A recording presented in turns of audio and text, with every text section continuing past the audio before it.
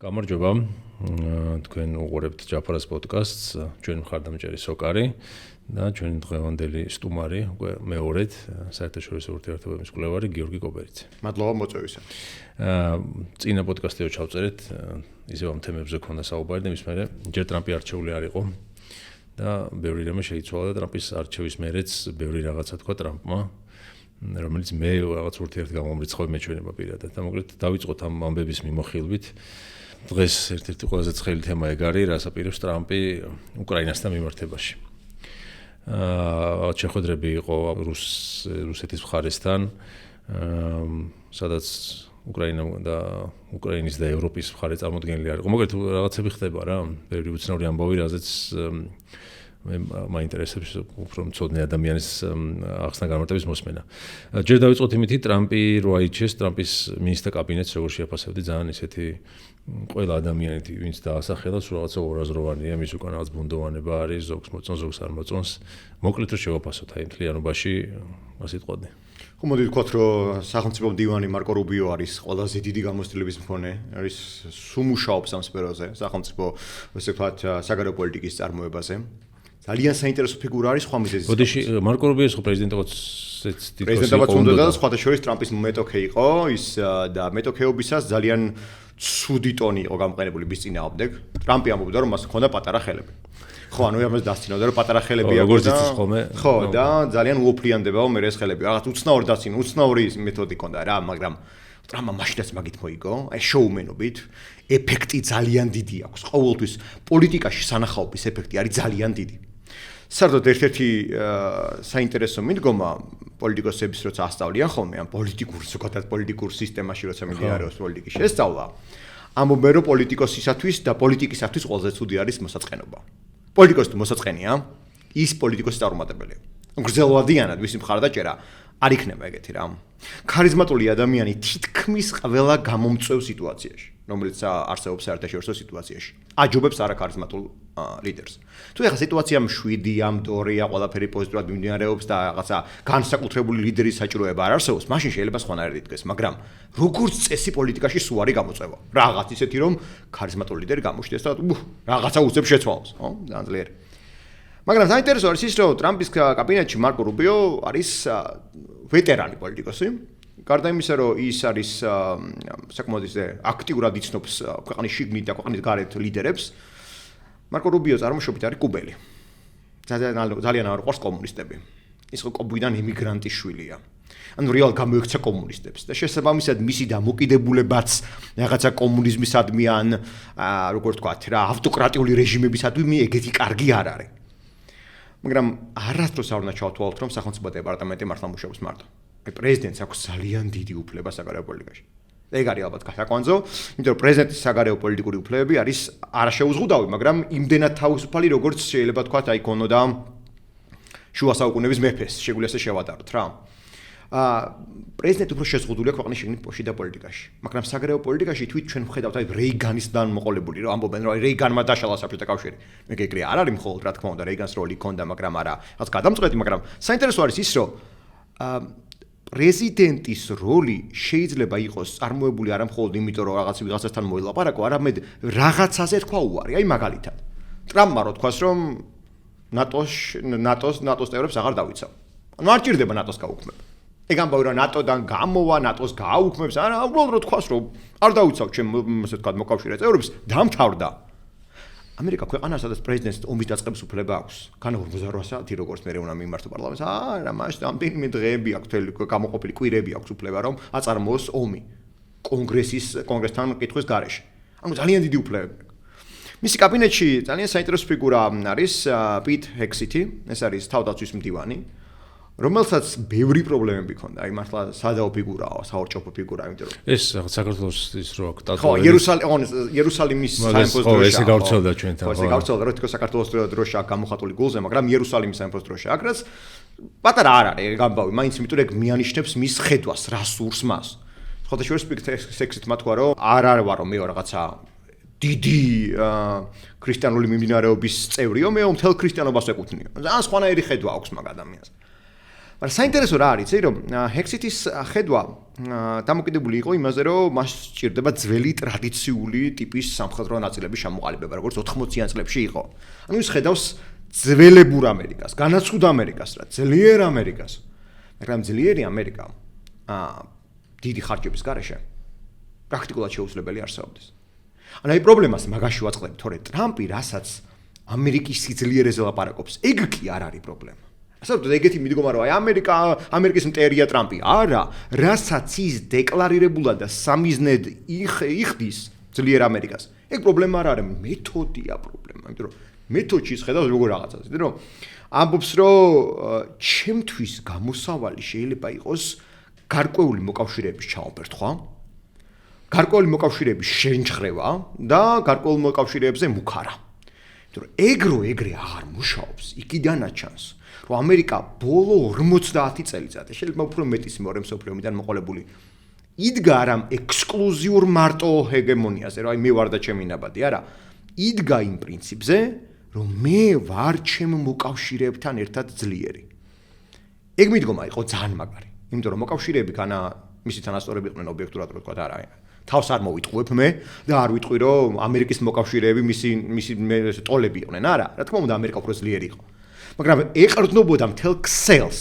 ძლიერი იყო ან მეტი სრულება ქონდა. მეტი სრულება ქონდა და რაც ყველაზე მთავარია, სხვადასხვა ერთადერთი შემთხვევა, როდესაც ნატოს მეხუთე მუხლი ამუშავდა, როდესაც ამერიკა მოიხმო.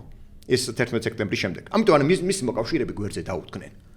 რატომ მოუყევი ეს ისტორია? სინამდვილეში ამ ისტორიის მიღმა არის ერთი ესეთი მარტივი ფრაგმენტი. რომ ამერიკის შეერთებული შტატების მოქმედი პრეზიდენტი ტრამპი გარკვეულწილად იზოლაციონისტია. ხო, იზოლაციონისტი განა მთელ გეოპოლიტიკურ მსოფლიოში, გეოპოლიტიკურ მსოფლიოში. არა, მას მიაჩნია ევროპის თეატრი უკვე მოძველებული თეატრია, მისთვის მნიშვნელობა აღარ აქვს. და ევროპის თეატრი შეიძლება დაუთმოს სხვას. ევროპელებს უწრეს რომ მოდი გაძლიერდი და შენ ვიაიღე სადავეები, რაც პრინციპში ცუდი არ არის, თუ ეგრე გამოვიდა. კი არა და კარგიც არის. ხო. მაგრამ თუ გამოვიდა, ოღონდ იმიტომ რომ ეს უკვე ევროპის პრობლემაა. ხო, ეგ ამერიკის პრობლემა არ არის. აი ეგ შევხედოთ რომ ტრამპის პრობლემა ამერიკის პრობლემა არის უფრო მეტად და შეიძლება ვთქვათ რომ უკრაინის პრობლემა არის, მაგრამ არ არის უშუალოდ დანარჩენი ევროპის პრობლემა. ევროპას თლიანობაში, კოლექტიურ ევროპას ბევრად მეტი ცოცხალი ძალყავს, ბევრად მეტი რესურსი აქვს და ბევრად დიდი სამხედრო ტრადიციები გააჩნია. ეხლა მოდი რა ამერიკაზე ჩამოვეკიდო მე სულ ეგ არასწორი მიდგომა იყო თავად ევროპელების მხრიდანაც და მან გამოიწვია კიდეც ეს ძალიან მძიმე შედეგი. მაგრამ იზოლაციონიზმი ნიშნავს ის, რომ ტრამპის იზოლაციონიზმის სურვილი არის, რომ მან ყურადღება გადაიტანოს აზიისაკენ. აზია ძალიან საინტერესო რეგიონია, საერთოდ მაგაზე ლაპარაკი ზედმეტია. აზია ძალიან მდიდარი რეგიონია და ჩინეთისათვის მისი დათმობა არ უნდა. მაგრამ აი ახლა მოდი ობიექტურები ვიყოთ. თუ კი ამერიკის შეერთებული შტატები გამოვიდა უკრაინიდან, გამოვიდა აღმოსავლეთ ევროპიდან, გამოდის რომ რუსეთი მიიღებს სავის გავლენის უდიდეს სფეროს ამ ტერიტორიაზე, ევროპა იქნება დაბმული რუსეთის შეკავებაზე და ჩინეთს იქნება სრული კარტ-ბლანში. და ტრამპის იმედი და ტრამპის ხედვა და ტრამპის სურვილი. მოდი რა რუსეთს გამოვიყენებ ჩინეთის საწინააღმდეგოდ არის მე მგონი არასწორი პოლიტიკა, რბილად რო ვთქვა და რატო? რუსეთი რატო დათმობს იმ ალიანსს, რომელიც აგებინებს ომებს. ეხლა ჩინურ-რუსულ ალიანსს ღერძს უყურებთ, რა ალიანსი უფრო ხმამაღალი ნათქვამია, ღერძი, ჩინურ-რუსული ღერძი მუშაობს. ფაქტია, რომ ჩინურ-რუსული ღერძმა რუსეთს მისცა საშუალება, რომ აქტიური ომი აწარმოოს და ეყრდნოს ჩინეთს და ასე შემდეგ და ამას რატო დათმობს? ანუ ეს კითხვაა ძალიან მარტივი, რომ ლოგიკურად ამას არ დათმობს, ხო? და თუ კი ჩვენ შეჯამებისავით ვიტყვით ამ მარტო ასპრეზმ დაუბრუნდები მოგვიანებთ მის ეს თქვა კაბინეტის წევრებზე, დავინახავთ რომ აქ ჰექსიტის როლი მნიშვნელოვანი აღარ არის. ისე როგორც რუბიოს როლი ისეთივე მნიშვნელოვანი აღარ იქნება, იმიტომ რომ აქ უკვე ზოგადად გეოპოლიტიკურ ხედვაზეა, თუ რას აპირებს რეალურად ამერიკის შეერთებული შტატები და რას იმედოვნებს ამერიკის შეერთებული შტატები. ის რომ ჩინეთი ძალიან შორს მიმავალი გეგმები აქვს. და მზადაა რუსეთთან ითანამშრომლოს და რუსეთი ითანამშრომლობს მასთან, სანამ მოიშორებენ ისინი დასავლეთს. ეგ უკვე იმის ნიშანია, რომ რეალურად დასავლეთს მოუწევს ორ ფრონტზე ბრძოლა, ეს არის ევროპის თეატრი, ეს არის აზიის თეატრი. და აზიის მიმართულება ბევრად რთული იქნება, იმიტომ რომ იქ რუსეთთან და ჩინეთთან ერთად არიან მისი მოკავშირეები, მათ შორის ეგ რავი დავანებოთ სხვა ყველაფერს, ჩრდილოეთ კორეა. ანუ ძალიან საინტერესო, ძალიან კომპლექსურ ვითარებას ვადევნებთ ახლა ჩვენ თვალს. და ამ ვითარებაში, ჩემი აზრით, ტრამპისეული პოლიტიკა, რუსეთთან მიმართებით არის იმაზე დაყრდნობილი, რომ მოდი რუსეთს დაუთმო რაღაცა და სანაცვლოდ მიიღო მისი ჩინეთისგან ჩამოშორება, იმიტომ რომ რუსეთი და ჩინეთი ერთად ძალიან ძლიერები არიან. რაც სწორია, ზოგადი ხედვა და სურვილი სწორია, მაგრამ მიმეორებ პრაქტიკაში ამის განხორციელება, იმიტომ არის შეუძლებელი, რომ გან ამერიკას სურს ეს. რუსეთი ამას არ გააკეთებს, იმიტომ რომ რუსეთის წაგებული ბანკოა. რატო უნდა დამოშოს ბანკო იმგვარად, რომელსაც წააგებს? ანუ ვერ მიიღოს ძალიან ბევრი რამ საომავლოდ, არჩეს ამერიკულ და დასავლურ ბანაკში ეგრეთ წოდებულად, დაუპირისპირდეს ჩინეთს, რომელისგან შეიძლება ბევრი რამე მიიღოს და დარჩეს მარტო არასწორი, ხო? ამას დაუბრუნდეთ პრინციპში და. მოდი ვთქვათ კაბინეტის სხვა წევრებზე, მათ შორის მაიკ უოლცი არის ეროვნული უშიშროების მრჩეველი. ეს აღნიშნული პოსტია სხვა შორის. აი, კითხვა მინდა დამეშვა, ტრამპთან ერთად აი ამ გადაწყვეტილებებში ძირითადად ვინ არის ჩართული, რა სტრუქტურა თუ რა ისა. მაიკ უოლცის პოლიტიკა ისეთი იყო ყოველთვის, რომ მაიკ უოლცი არის ყველაზე ხორი. ამერიკაში ვიცი რომ ქორები და მტრედები არიან საგარეო პოლიტიკაში. ქორები ხარჯავენ ძალიან დიდ ფულს, ვეცდილობენ სამხედრო ძალები იყოს ძლიერი, ამერიკულ ჰეგემონიის ჯერად. ამერიკულ ჰეგემონიაზე ვისაუბრებთ მოგვიანებით, ძალიან საინტერესო რაღაცაა ეგ, მაგრამ მაიკ უოლცის ეული ხედვა ერთ დიდ პრობლემას აწყდება. ის რომ ტრამპი როგორც ჩანს მას ისე აქტიურად არ უსმენს ამ ეტაპზე. იმიტომ რომ მაიკ უოლცი აქტიურ საგარეო პოლიტიკას ემხრობა და წინააღმდეგია ყოველგვარი დათმობის. და რატო? ამერიკაზე ამბობენ ჰეგემონია. ჰეგემონიის ეს სახელმწიფო ესე ამბობენ ხოლმე, ხო? ჰეგემონიის კონცეფცია, ჰეგემონია ცდილობს იყოს ერთადერთი ლიდერი მთელ სოფლიოში. ერთადერთი, ანუ ის კი არა გაუნაწილოს სოფლიო, აგერ შენ მოდი ეს აკონტროლე, მე ეს ვაკონტროლო. აი, ეს იყო ცივიობის პერიოდი, ხო? როდესაც კონტროლის ზონებისთვის მიდიოდა ომი, თორე კარგად ვიცოდით, რომ ეხლა ნაკლების შანსი იყო ამერიკას დაებომბა რუსეთის საბჭოთა კავშირი და საბჭოთა კავშირს ამერიკა. ნაკლები შანსი იყო. მაგრამ უფრო მეტი შანსი იყო იმის, რომ გავლენის სფეროებში მომხდარიყო შეტაკებები. ეგრეც ხდებოდა ხოლმე, გეოპოლიტიკური სურათიც ეგრე იყო შექმნილი, რომ აღმოსავლეთ დასავლეთის შეხების არეალი, ხახუნის არეალი იყო ყველაზე მეტი კონფლიქტის ზონა. ეგრე იყო ჩვეულებრივად. მაგრამ ჰეგემონი ცდილობს სხვაგვარად. ჰეგემონი ამბობს, რომ მე არავის არ დაუთმობ ჩემ ტერიტორიას. აგე კოსოვოს კონფლიქტი როდესაც იყო, რუსეთი ცდილობდა ხელი დაეფარებინა სერბეთისათვის. მაგრამ მაშინ ამერიკამ არ დაუთმო რუსეთს არაფერი. თქო რა, აი, სულ არ მაინტერესებს მე რა იქნება. საათები მისცა მან რუსეთს, რომ დაეტოვებინა, ასე თქვა, თავისი გავლენის სფერო ძალიან ბელგრადში და პრიშტანიცაში. ორივე ტერიტორიაზე აღმოჩნდა რუსებმა უკან დაიხიეს. ანუ რატომ მოვყევი ხა ეს ისტორია? ამ ისტორიის უკან დგას ერთი აი უბრალო სურათი რა. შეიძლება ეს სწორი იყო თუ არასწორი დაფიჭი იყო ამერიკის მხრიდან, ეგ ცალკე საკითხია. კოსოვო ჩემი აზრით ძალიან მტკივნეული თემაა და კოსოვოს იმგვარი განვითარება როგორც მოხდა, თლად სწორი საერთაშორისო ურთიერთობებისთვის ჩვენი გადასახედანო, რა თქმა უნდა, ქართული არ იყო. მაგრამ შეგვიძლია მე სხვანაირად ვისაუბროთ. მაგრამ ჰეგემონმა არ დაუთმო მაშინ. ჰეგემონმა არ დათმო არც ერთ სხვა ვითარებაში, არც ერახში არ დათმო ჰეგემონმა, არც ბოსნიაში არ დათმო, ანუ არსად. ეს ამბობდა რომ მე ძალიან ძლიერი ძალა. და რუსეთმა იგიცოდა. რუსეთი ყველაფერს აკეთებს საგარეო პოლიტიკისათვის. ამერიკაში ეგრე არ არის. ამერიკაში რაღაცები არის საგარეო პოლიტიკისათვის, რაღაცები არის საშინაო პოლიტიკისათვის, მაგრამ ამ რუსეთში ყველაფერი კეთდება საგარეო პოლიტიკისათვის. რუსეთში პრეზიდენტი რო იღვიწებს, იმას არ ფიქრობს, რომ მოდი კრასნოდარის ოლქში რა არის გასაკეთებელი, არა, რა თქმა უნდა, ეგრე არის. რუსეთში არის ყველაფერი აკავშირებული საგარეო პოლიტიკასთან. ლიდერებზე მაქვს საუბარი, კრემლის შიგნით ამბობ, თორე პატარა მინისტრებზე აღარ გვაქვს საუბარი. შესაბამისად, რუსეთი ცდილობდა, რომ ამერიკა გახდარიყო ამერიკისათვის დაეჯერებინა, რომ ის დაბრუნდა. რუსეთი დაბრუნდა სოფლიო პოლიტიკაში. მან ბევრ რამე დატესტა, ნელ-ნელა, პუტინის დიდი რო ქონდა ამისათვის, დატესტა და წარმატებითაც გამოუვიდა. დატესტა რუსეთმა ჩეჩნეთის მეორე ომში. შვენივრად განახორციელა გენოციდი და გენოციდის განხორციელების შედეგად ევროპელებმა და ამერიკელებმა თვალი დახუჭეს. რუსეთი რო დასუსტებული იყო ეკონომიკურად 90-იან წლების ბოლოს, დაუდგა ამერიკამ. სლაიბის განმავლობაში ეხმარებოდა ამერიკა, იმიტომ ფიქრობდა რომ მოდი დაშლილ ჩინეთის მხარეს გადასულ რუსეთს ისე ჯობია ცოტა მოძლიერებული ჩემზე დამოკიდებული რუსეთი. მაშინ ფუკუიამას გამოსული იყო ახალი წიგნი, ახალი, მაგრამ მაინც წიგნი ახალი შედარებით ახალი წიგნი იყო, ისტორიის დასასრული, ხო? ეს ამბობდა რომ თავისუფალი ვაჭრობის შემთხვევაში სოფლიოში ომები აღარ იქნებოდა. იმიტომ რომ ადამიანები თუ ერთმანეთში ვაჭრობენ, ისინი ომში რატო დაიწყებენ ერთმანეთში, ხო? და იდეაში ეგონათ რომ აი თუ კი ქვეყანა იქნებოდა კაპიტალისტური ის ყველა ვარიანტში მივიღებდით მისგან ჩვენ დემოკრატიას, რაც არასწორიო რბილად რო თქვა ნათქვამი. არასწორზე კიდევ რბილი ნათქვამი. ხა რატო შევაჯამოთ ეს, რო შევაჯამოთ ეს ყველაფერი? რუსეთმა მეორე დატესტა ამერიკის შეერთებული შტატების საქართველოში. და დასავლეთის უკან დატესტა. დატესტა როგორ თან, რამდენად ძლავრად, ხო პირდაპირ ეს 2008-ში პირდაპირ შემოიჭრა, დაბომბა, ეთნიკური წმენდა მოაწყო, ხალხის ხოცვა ჟლეტა მოაწყო რუსეთმა დღემდე ვიმკით ამ შედეგებს, დღემდე ოკუპაცია გრძელდება რუსეთის მხრიდან, ხო? და შეხედა რომ აი რა მოხდებოდა. არ მივიღეთ ისეთი რამ რუსეთის სასჯელად რომ რაღაც მომხდარიყო, ხო? სანქციაც კი არ დაედო მაშინ რუსეთს. და ეგ არის დასავლეთის სამარცხვინო შავი ლაქ. სხვათა შორის მაგას ამბობს ყველა მკვლევარი. ამერიკაში და არა მარტო მკვლევარები, ყოფილი დიპლომატებიც რა. ეგ ცოტა უცნაური არ ყოფილები ბერს ლაპარაკობენ ხოლმე რა. ყოფილი დიპლომატები ამბობენ რომ ხო, უარი ვთქვით, არასწორი იყო. გათამამდა რუსეთი მაშინ. ანუ დასავლეთი ძალიან ბევრი შეცდომა ჰქონდა. სხვათა შორის ეგ ჩვენთვის იქნებოდა ეფექტური საშუალება რომ გამოგვეყენებინა დღეს მაგალითად რომ გეთქვა რომ აი თქვენ რომ მაშინ შეცდით იმიტომ იმკით ამ ყველაფერს ამიტომ დღეს მაინც დაგვეხმარეთ აი არაღით ნატოში რამე უცებ ანუ ეს ჩვენი მხრიდან ზეწოლის საშუალება ყოფილიყო წლების განმავლობაში აი კარგად მოგვეყენებია ეგ ცალკე შეცდომა ჩვენი მხრიდან მაგრამ მოდი ხა თავი დავანებოთ ამას მე დაიტესტა რუსეთმა დატესტა ყირიმში ადგა სახელმწიფო და მეორე სახელმწიფოს ტერიტორიის ანექსია მოახდინა მაშინ დაედო მას სანქციები მაგრამ ატანანტი იყო რუსეთის ეს სანქციები და კვლავ ხდებოდნენ პუტინს, კვლავ ესაუბრებოდნენ პუტინს, კვლავ არსებობდა პუტინი როგორც ნორმალური ლიდერი დანარჩენ მსოფლიო პოლიტიკაში. მერე იყო სირია. ეს სირიაში რას გააკეთა რუსეთმა? აი გარი ის რის გამო რაც ევროპას დაატყდა შემდგომ თავში. ხო ამბობენ რომ ევროპელები მიმკიან მიგრაციის კრიზისს.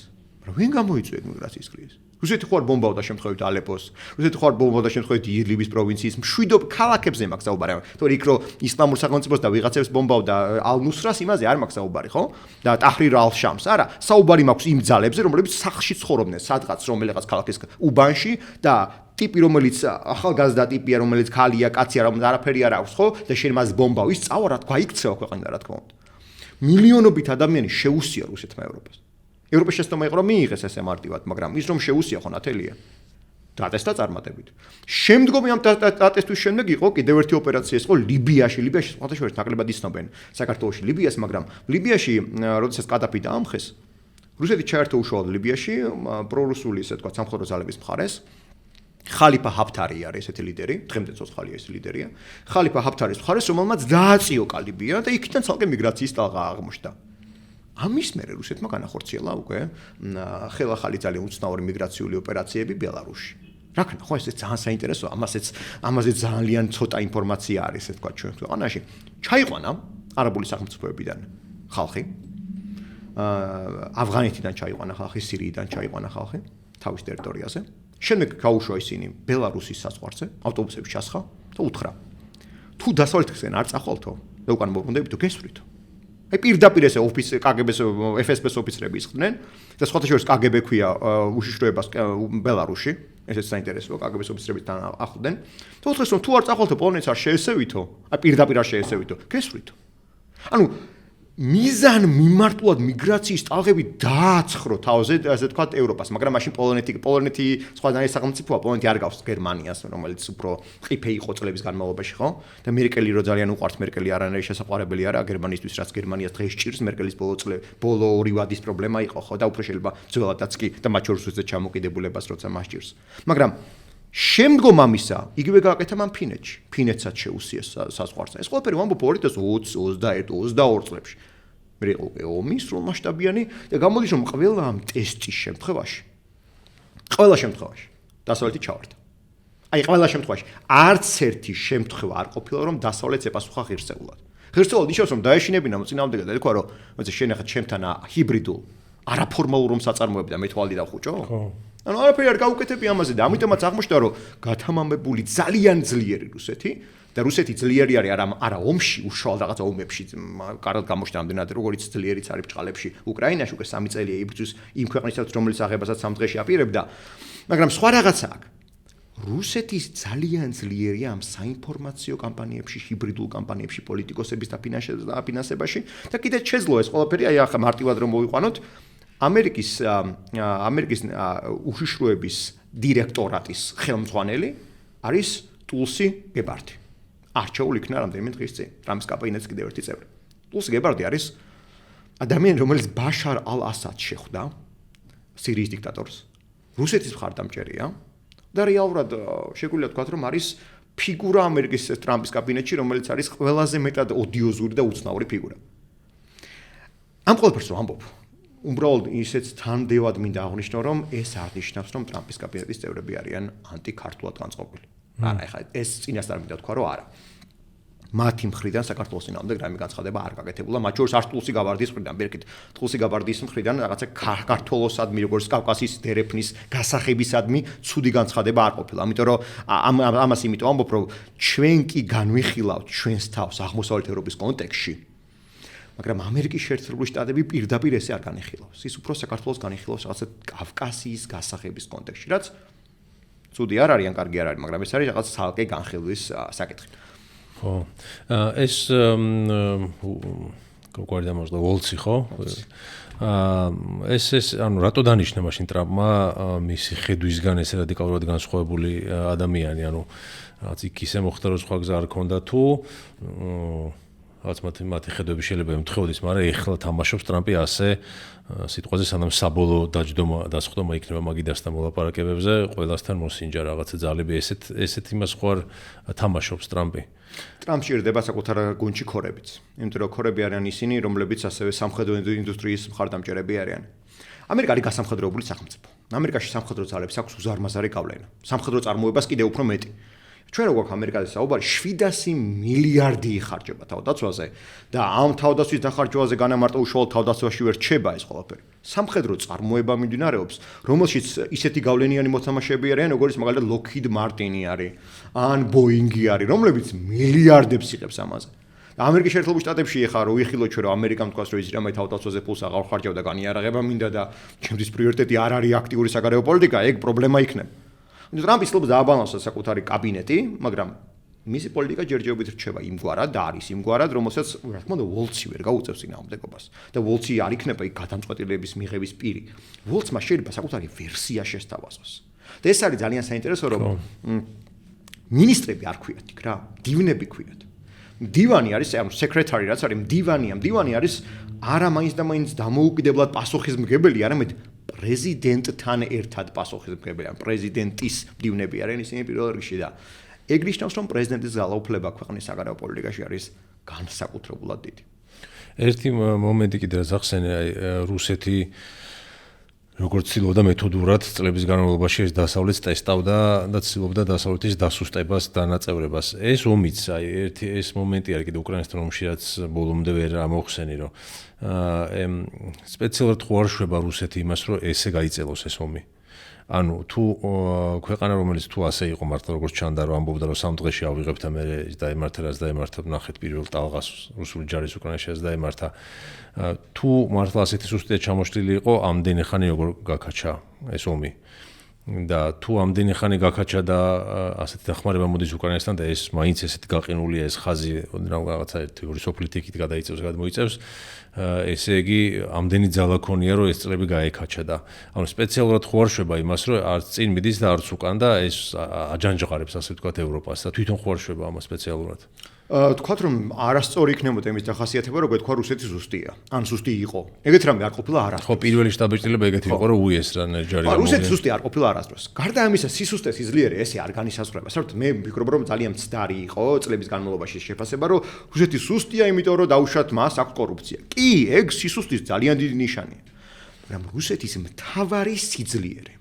ანუ აქ რო ავიღოთ ჩვენ ომის ფილოსოფიას შემოვიტანოთ კლაუზევიცისათვის ომის ასე ვთქვათ გრავიტაციის ცენტრი მიზიდულობის ცენტრი არის რაღაც ანუ თითოეული ქვეყნის სიძლიერე რუსეთის მთავარი სიძლიერე არის მის პოლიტიკურ ნებაში გასწიროს მილიონობით ადამიანი ოღონდ მიაღწიოს მიზანს ეგ პოლიტიკური ნება არ გააჩნია დასავლეთს დასავლეთი არის ბევრად ძლიერი მაგრამ პოლიტიკური ნების გარეშე გინდ კონდეს გინდა შეიძლება მე აბჯარში ვიჯდე კონდეს სუპერ შეერაღება რა თუ იარაღის გამოყენების სურვილი და ნება არ მაქვს და თქვენ ხართ პატარა დანით რომელიც სურვილს გამოიყენო და იყენებ ყველა ვარიანტში მომბერებ და მომკლავ ანუ ეგ დაემართა დასავლეთს რომ დასავლეთმა თავის თავში ჩაკეტვა მოახდინა დაიჯერა რომ კარგმა ცხოვრებამ შექმნა დაიჯერა რა რეალურად ეგრემა და კარგმა ცხოვრებამ შექმნა სუსტი მოქალაქე რომელსაც აღარ ჯეროდა იმის რომ საკუთარი სახელმწიფო უნდა დაეცვა რომ დემოკრატიისთვის ბრძოლა აუცილებელი იყო რომ კარგი ცხოვრება სულ არ გაგრძელდებოდა ამიტომ არის ესეთი ნოსტალგიური პოლიტიკოსების მოზღვავება ახლა ევროპაში რომ ამბობენ რომ რა კაი დრო იყო 80-იანები და 90-იან წლებში. ხო, იმიტომ რომ კაი დრო რომ კარგმა დროებამ საბოლოო ჯამში შექმნა მართლა კარგი ცხოვრება, მაგრამ კარგმა ცხოვრებამ სუსტი ადამიანი შექმნა და სუსტმა ადამიანმა ცუდი დროება შექმნა. ეგ ციკლია ჩვეულებრივი. ეგ ცნობილი ციკლის მიდგომაა, ხო? სუსტმა ადამიანმა შექმნეს ცუდი დროება და ცუდმა ადამიანმა ცუდმა დროებამ ახლა დააყენა ეს რეალობა. უკვე ცუდმა დროებამ მე საბოლოო ჯამში ძლიერი ადამიანმა შექმნას და ძლიერმა ადამიანმა კარგი დროება, მაგრამ ჯერ მაქამდე წინ ვარ, ჯერ აი ამ ციკლის, აი ამ ყველაზე რთულ ვითარებაში. ხო, და ეხლა აი მაშინ ევროპას რამდენად შეუძლია აქვს უნარი და როგორ ჩანს დღევანდელი განმოსახედიდან რა რაც ეხლა დღეს ევროპის წინ ამოცანა დგას რომ თვითონ ჩამოყალიბდეს დამოუკიდებელ მოთამაშედ ევროპა და თითქოს დღეს არ ჩანს მეორე ხარისხოვანი გახდა ევროპა დღეს როგორც მოთამაშე და აქ ამის რესურსი დღეს თუ არ ჩანს ეს კოლექტიური ევროპას არ ამგონია ეს განვიხილოთ რომ კოლექტიური ევროპა სწორი იყოს მე მგონია რომ ევროპის წამყვანი სახელმწიფოები უნდა თქვა ცალ-ცალკე გერმანია, საფრანგეთი, იტალია, დიდი ბრიტანეთი და პოლონეთი არიან ის წამყვანი ძალები სამხედრო თვალსაზრისით, რომელთაც თუ კი დიდი რესურსები ჩადეს სამხედრო ძალებში, ისინი თავიანთ მიზნებს ადვილად მიაღწევენ. განა იმიტომ რომ იტალიას რუსეთს ეშინია. არა, რა თქმა უნდა, იტალიას ნამდვილად არ ეშინია რუსეთს. მაგრამ იმიტომ რომ ძალიან შორს არიან ისინი ერთმანეთსგან. მაგრამ იტალიას სურს თავისი რეგიონალური ძალის ჩვენება. ამიტომ ჭირდება მას ძლიერი სამხედრო ძალები. ამიტომ ჭირდება მას ძლიერი სამხედრო ნების გამოვლინება. პოლონეთის წინაშე დგას რეალური გამოწევა. გერმანია ყოველთვის იყო ევროპის ბირთვი და ცენტრი. საფრანგეთს და ბრიტანეთს კვლავ სურთ მსოფლიო მოთამაშეებად ყოფნა, არა მარტო ევროპაში. ამიტომაც მათი мотиваციები არსებობს. თუ კი ისინი ერთად გაერთიანდნენ, ან რამდენიმე სახელმწიფო მაინც გაერთიანდა და თავისი ნატო რო გააკეთონ, ასე ვთქვათ. ნატოს რომ არ გააკეთონ, აი მიზანი მიმართულად კოორდინირებულად რო ითანამშრომლონ, აი კოორდინირებული კავშირი ქონდათ ერთმანეთთან. გაზარდონ თავდაცვა, უკრაინის უსაფრთხოებაზე ილაპარაკონ ან დაიცვან. ერთად გერმანია და საფრანგეთი მთელი რუსეთის ხელა რაოდენობრივად მოსახლეობით. ანუ 85 მილიონზე გვაქვს გერმანიაში საუბარი და 70 მილიონზე საფრანგეთში. ბრიტანეთში 65 მილიონზე. ძალიან დიდი რაოდენობის ხალხი ყავს მას. უდიდესი სამხედრო ტრადიციები აქვთ მათ. ტრადიცია არის ძალიან მნიშვნელოვანი ომში, იმიტომ რომ სხვადასხვა ერთ-ერთი ამერიკელი ისტორიული გენერალი ამბობდა, მისი სახელი ახლა არ მახსოვს, რომ შეიძლება სამხედრო ძალები შექმნას 3 წელიწადში, მაგრამ ტრადიცია 300 წელიწადში. ძალიან დიდი ტრადიცია აქვს ახლა ევროპულ სახელმწიფოებს და შეუულიათ მათ შეაჩერონ რუსეთი. იმიტომ რომ ვიმეორებ, რუსეთი შეიძლება ძლიერი არის სამხედრო თვალსაზრისით, მაგრამ ბევრად ძლიერია ის პოლიტიკური ნების თვალსაზრისით. მის ძალიან ეფექტურად იყენებს პოლიტიკურ ნებას და მას აქვს პოლიტიკური ნება ასევე შიდა ოპერაციებში. რა ოპერაციებზე მაქვს საუბარი, იცით რომ მაგალითად მოიყვანოს პრორუსული ხელისუფლება სადმე. ძალიან მაგარი უნარები აქვს მას. დააფინანსოს უზარმაზარი ესე თქვა პოლიტიკური პარტიები. რუსეთმა თუ ეს ომი მოიგო, რუსეთს ეკნება სრული კარტ ბლანში მაგ ამბავში. იმიტომ რომ თავისუფალი რესურსები აქვს. პოლიტიკური ნება კვლავ აქვს მას ძალიან ძლიერი.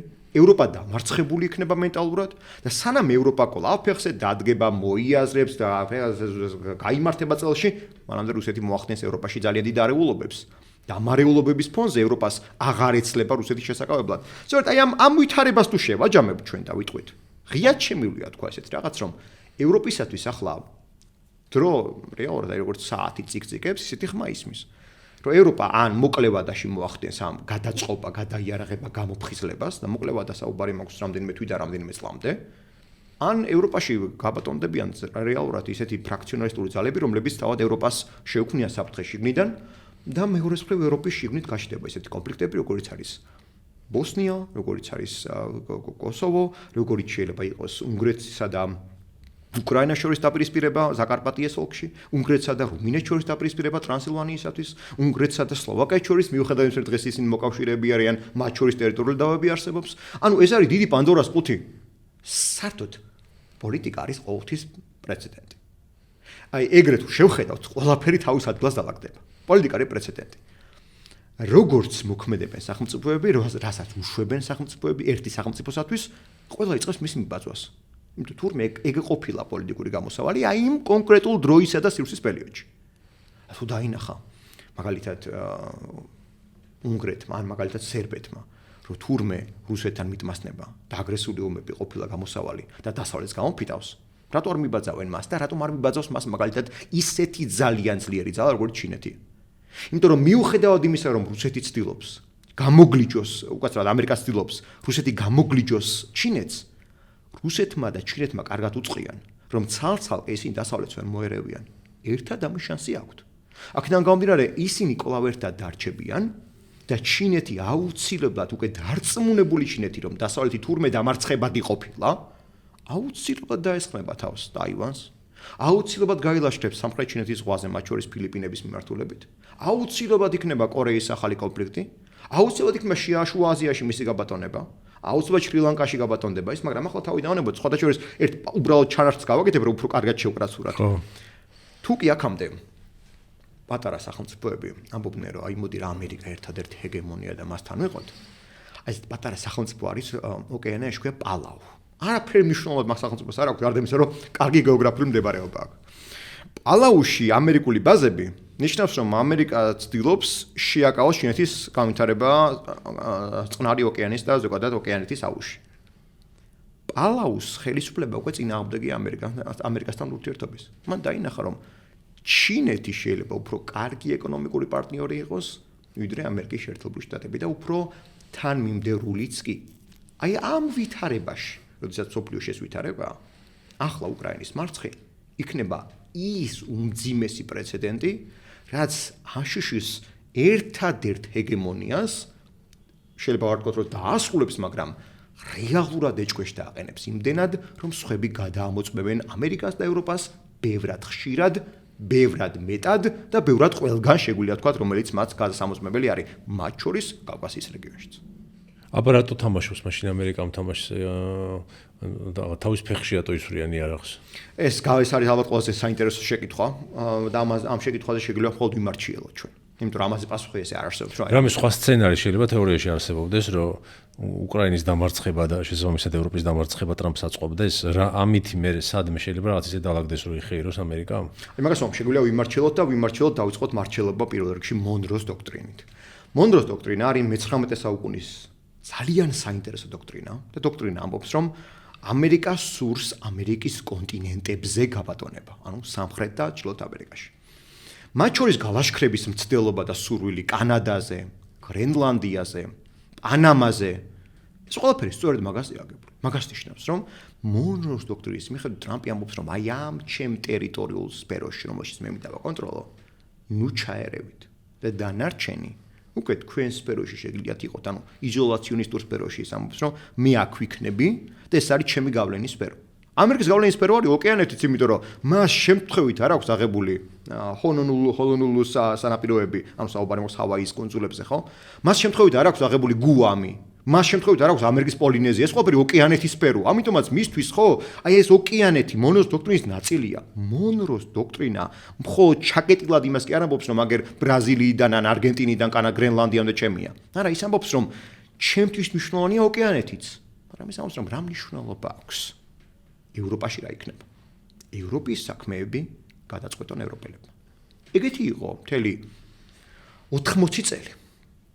80 წელი მონროს დოქტრინა მუშაობდა. 74-დან. მე-19 საუკუნის 60-იან წლებიდან მეორე მსოფლიო ომამდე რეალურად რა. ესე მუშაობდა.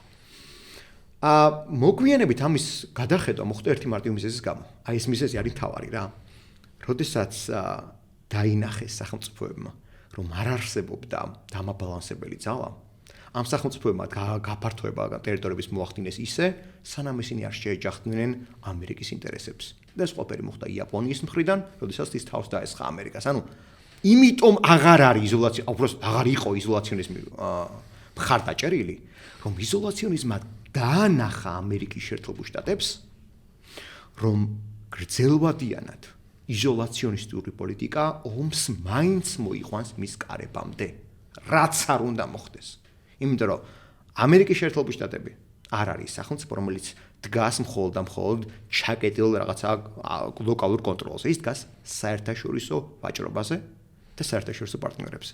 თუ ესეთ რაღაც აღარ იყო, მიატოვა მან, ჩაიკეტა თავის სფეროში. ამერიკის ადგილს დაიკავებენ სხვები. ეგეთ რამე არ ყოფილა მსოფლიოში, რომ ჰეგემონი არ ყოფილა მსოფლიოს. არ ყოფილა არასდროს. ამერიკა წავა? პრობლემა არა. სხვა გამოჩნდება. რუსეთი მეჭვება. ჩინეთს აქვს ამის პოტენციალი ძალიან დიდი და ჩინეთის კოალიციური პარტნიორები შეიძლება ვიყოთ ყველგან. თელს მსოფლიოში. ჩინეთი ძალიან ძლიერი ძალაა. რა თქმა უნდა, კულტურული დომინაცია მას არ აქვს. ეს არის მისი პრობლემა, მაგრამ ჩინეთს აქვს ძალიან დიდი პოტენციალი სამხედრო თვალსაზრისით. უბრალოდ აი სწორედ ახლა ვადევნებ თვალს. რეალურად ამერიკის შეერთებულ შტატებს რისის ჯერა. თუ ამერიკის შეერთებულ შტატებში ჯერა იმის რომ ის იზოლაციაში დარჩება, ოკეანეც მყარად შეინარჩუნებს, ჩინეთს დაუპირისპირებს რუსეთს სანაცვლოდ გადასცემს ევროპულ ტერიტორიებს და ამით მიაღწევს ის მშვიდობას. ხო. ნაკლებად იცნობს, ესე იგი, ამერიკა ნაკლებად იცნობს თანამედროვე რუსეთს და ამის თქმის საფუძველი რატომ აქვს? იცით ახლა რაღაც იტყვის რომ შენ როგორ შეიძლება უკეთ იცნობდე ვიდრე ამერიკის პოლიტიკას თავად ამერიკელები. ჯორჯ კენანი იყო ადამიანი, რომელიც იკვლევდა საბჭოთა კავშირს. და ამერიკელებს მეტი არ ყავდათ. ერთი კაცი იყო, რომელიც 40-იან და 30-იან წლებში იკვლევდა თელს საბჭოთა კავშირს და ჯორჯ კენანი ამბობს, რომ რაც მეც დაუთმობ შენ ტოტალიტარულ ძალებს, მით მეტად აგრესიულები გახდებიან ისინი. ეგ ამიტომაც ამაგ დოქტრინალურმა ხედვა იმუშავა ძალიან კარგად მე მოგვიანებით, მაგრამ ჩინეთთან მიმართებით, ან თანამედროვე რუსეთთან მიმართებით, თუ კი მან ეს თამი არ განახორციელა, მივიღებთ კვლავ აგრესიულ, კვლავ დაპყრობით ომებისკენ მსწრაფელ რუსეთს, რომლებიც საერთაშორისო წესრიგს თავდაყირად დააყენებენ. და შევაჯამებ ამ სიტყვას იმით, რომ პრეზიდენტმა ნიქსონმა 90-იან წლებში ერთ-ერთ ბოლო გამოსვლაში მის ჯანმრთელობა ძალიან მძიმედ მდგომარეობაში იყო 90-იან წლებში, ეგეთ რამე თქვა, რომ ახლა არისო ტესტია რუსეთში.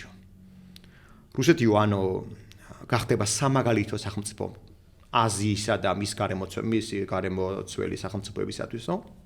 ან რუსეთი გახდება დესპოტია, რომელიც სამუდამოდ აზიას მიაჯაჭვებს ამ მყარი ავტოკრატიული მმართველობისკენო. და პრინციპში ეს ტესტი, ანუ ეს დემოკრატიის ტესტი, რუსეთში ჩავარდა.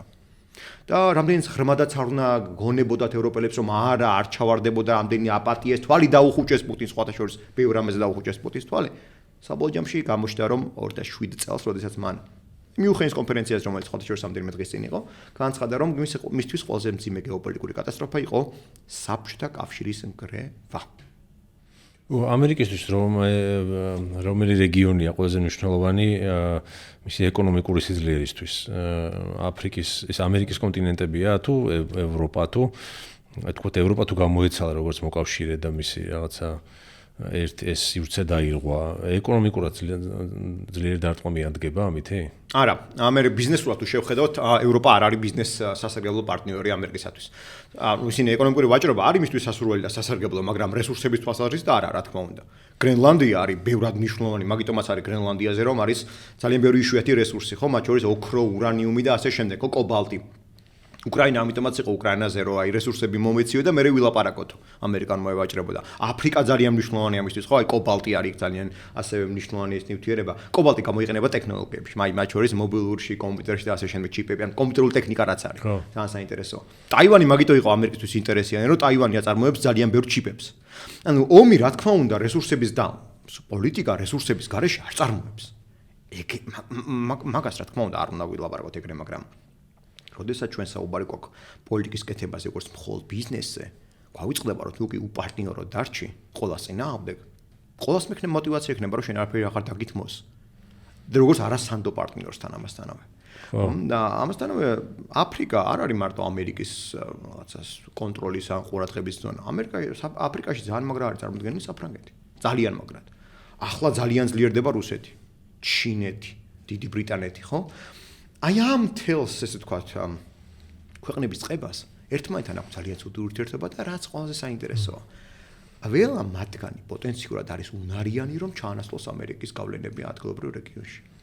და თუ კი ამერიკას USAID რომელიც ახლა პუტინის მეტოქეობის მტრობის სიმბოლო გახდა ტრამპის მხრიდან ეხმარებოდა და მილიარდებს დებდა აფრიკაში.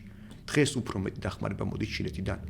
ანუ ჩინეთმა ჩააჩოჩა ამერიკის შეერთებული შტატები აფრიკაში.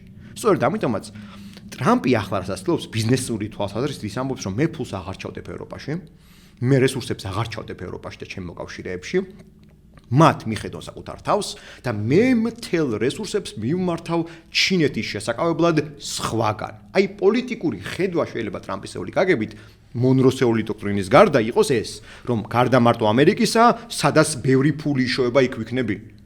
არა, ეგ ხვდებით, ანუ მაგის პრობლემა რა არის, ეგ ნიშნავს, რომ მარტო ხარ და მარტო უნდა აკეთო ყველაფერი, იმიტომ რომ როდესაც მტაცებლურად ვიღაცების ხოლ რესურსებზე მიდიხარ, ისინიც მე გეუბნებიან, რომ არ მიდიხარ. ესეთი გათხოვა შეიძლება გქონდეთ, რომ მოდი ევროპას აქვს საკმარისი რესურსი და გამოცდილება, რომ თავი გაიძლიეროს, ამერიკის გამოსახედიდან ვამბობ რა, და მე მივატოვებ დროებით. რომ ვაიძულო ისინი გაძლიერდნენ, იმიტომ რომ მე ბუნებრივად მაინც ჩემი მოკავშირეები გახდებიან.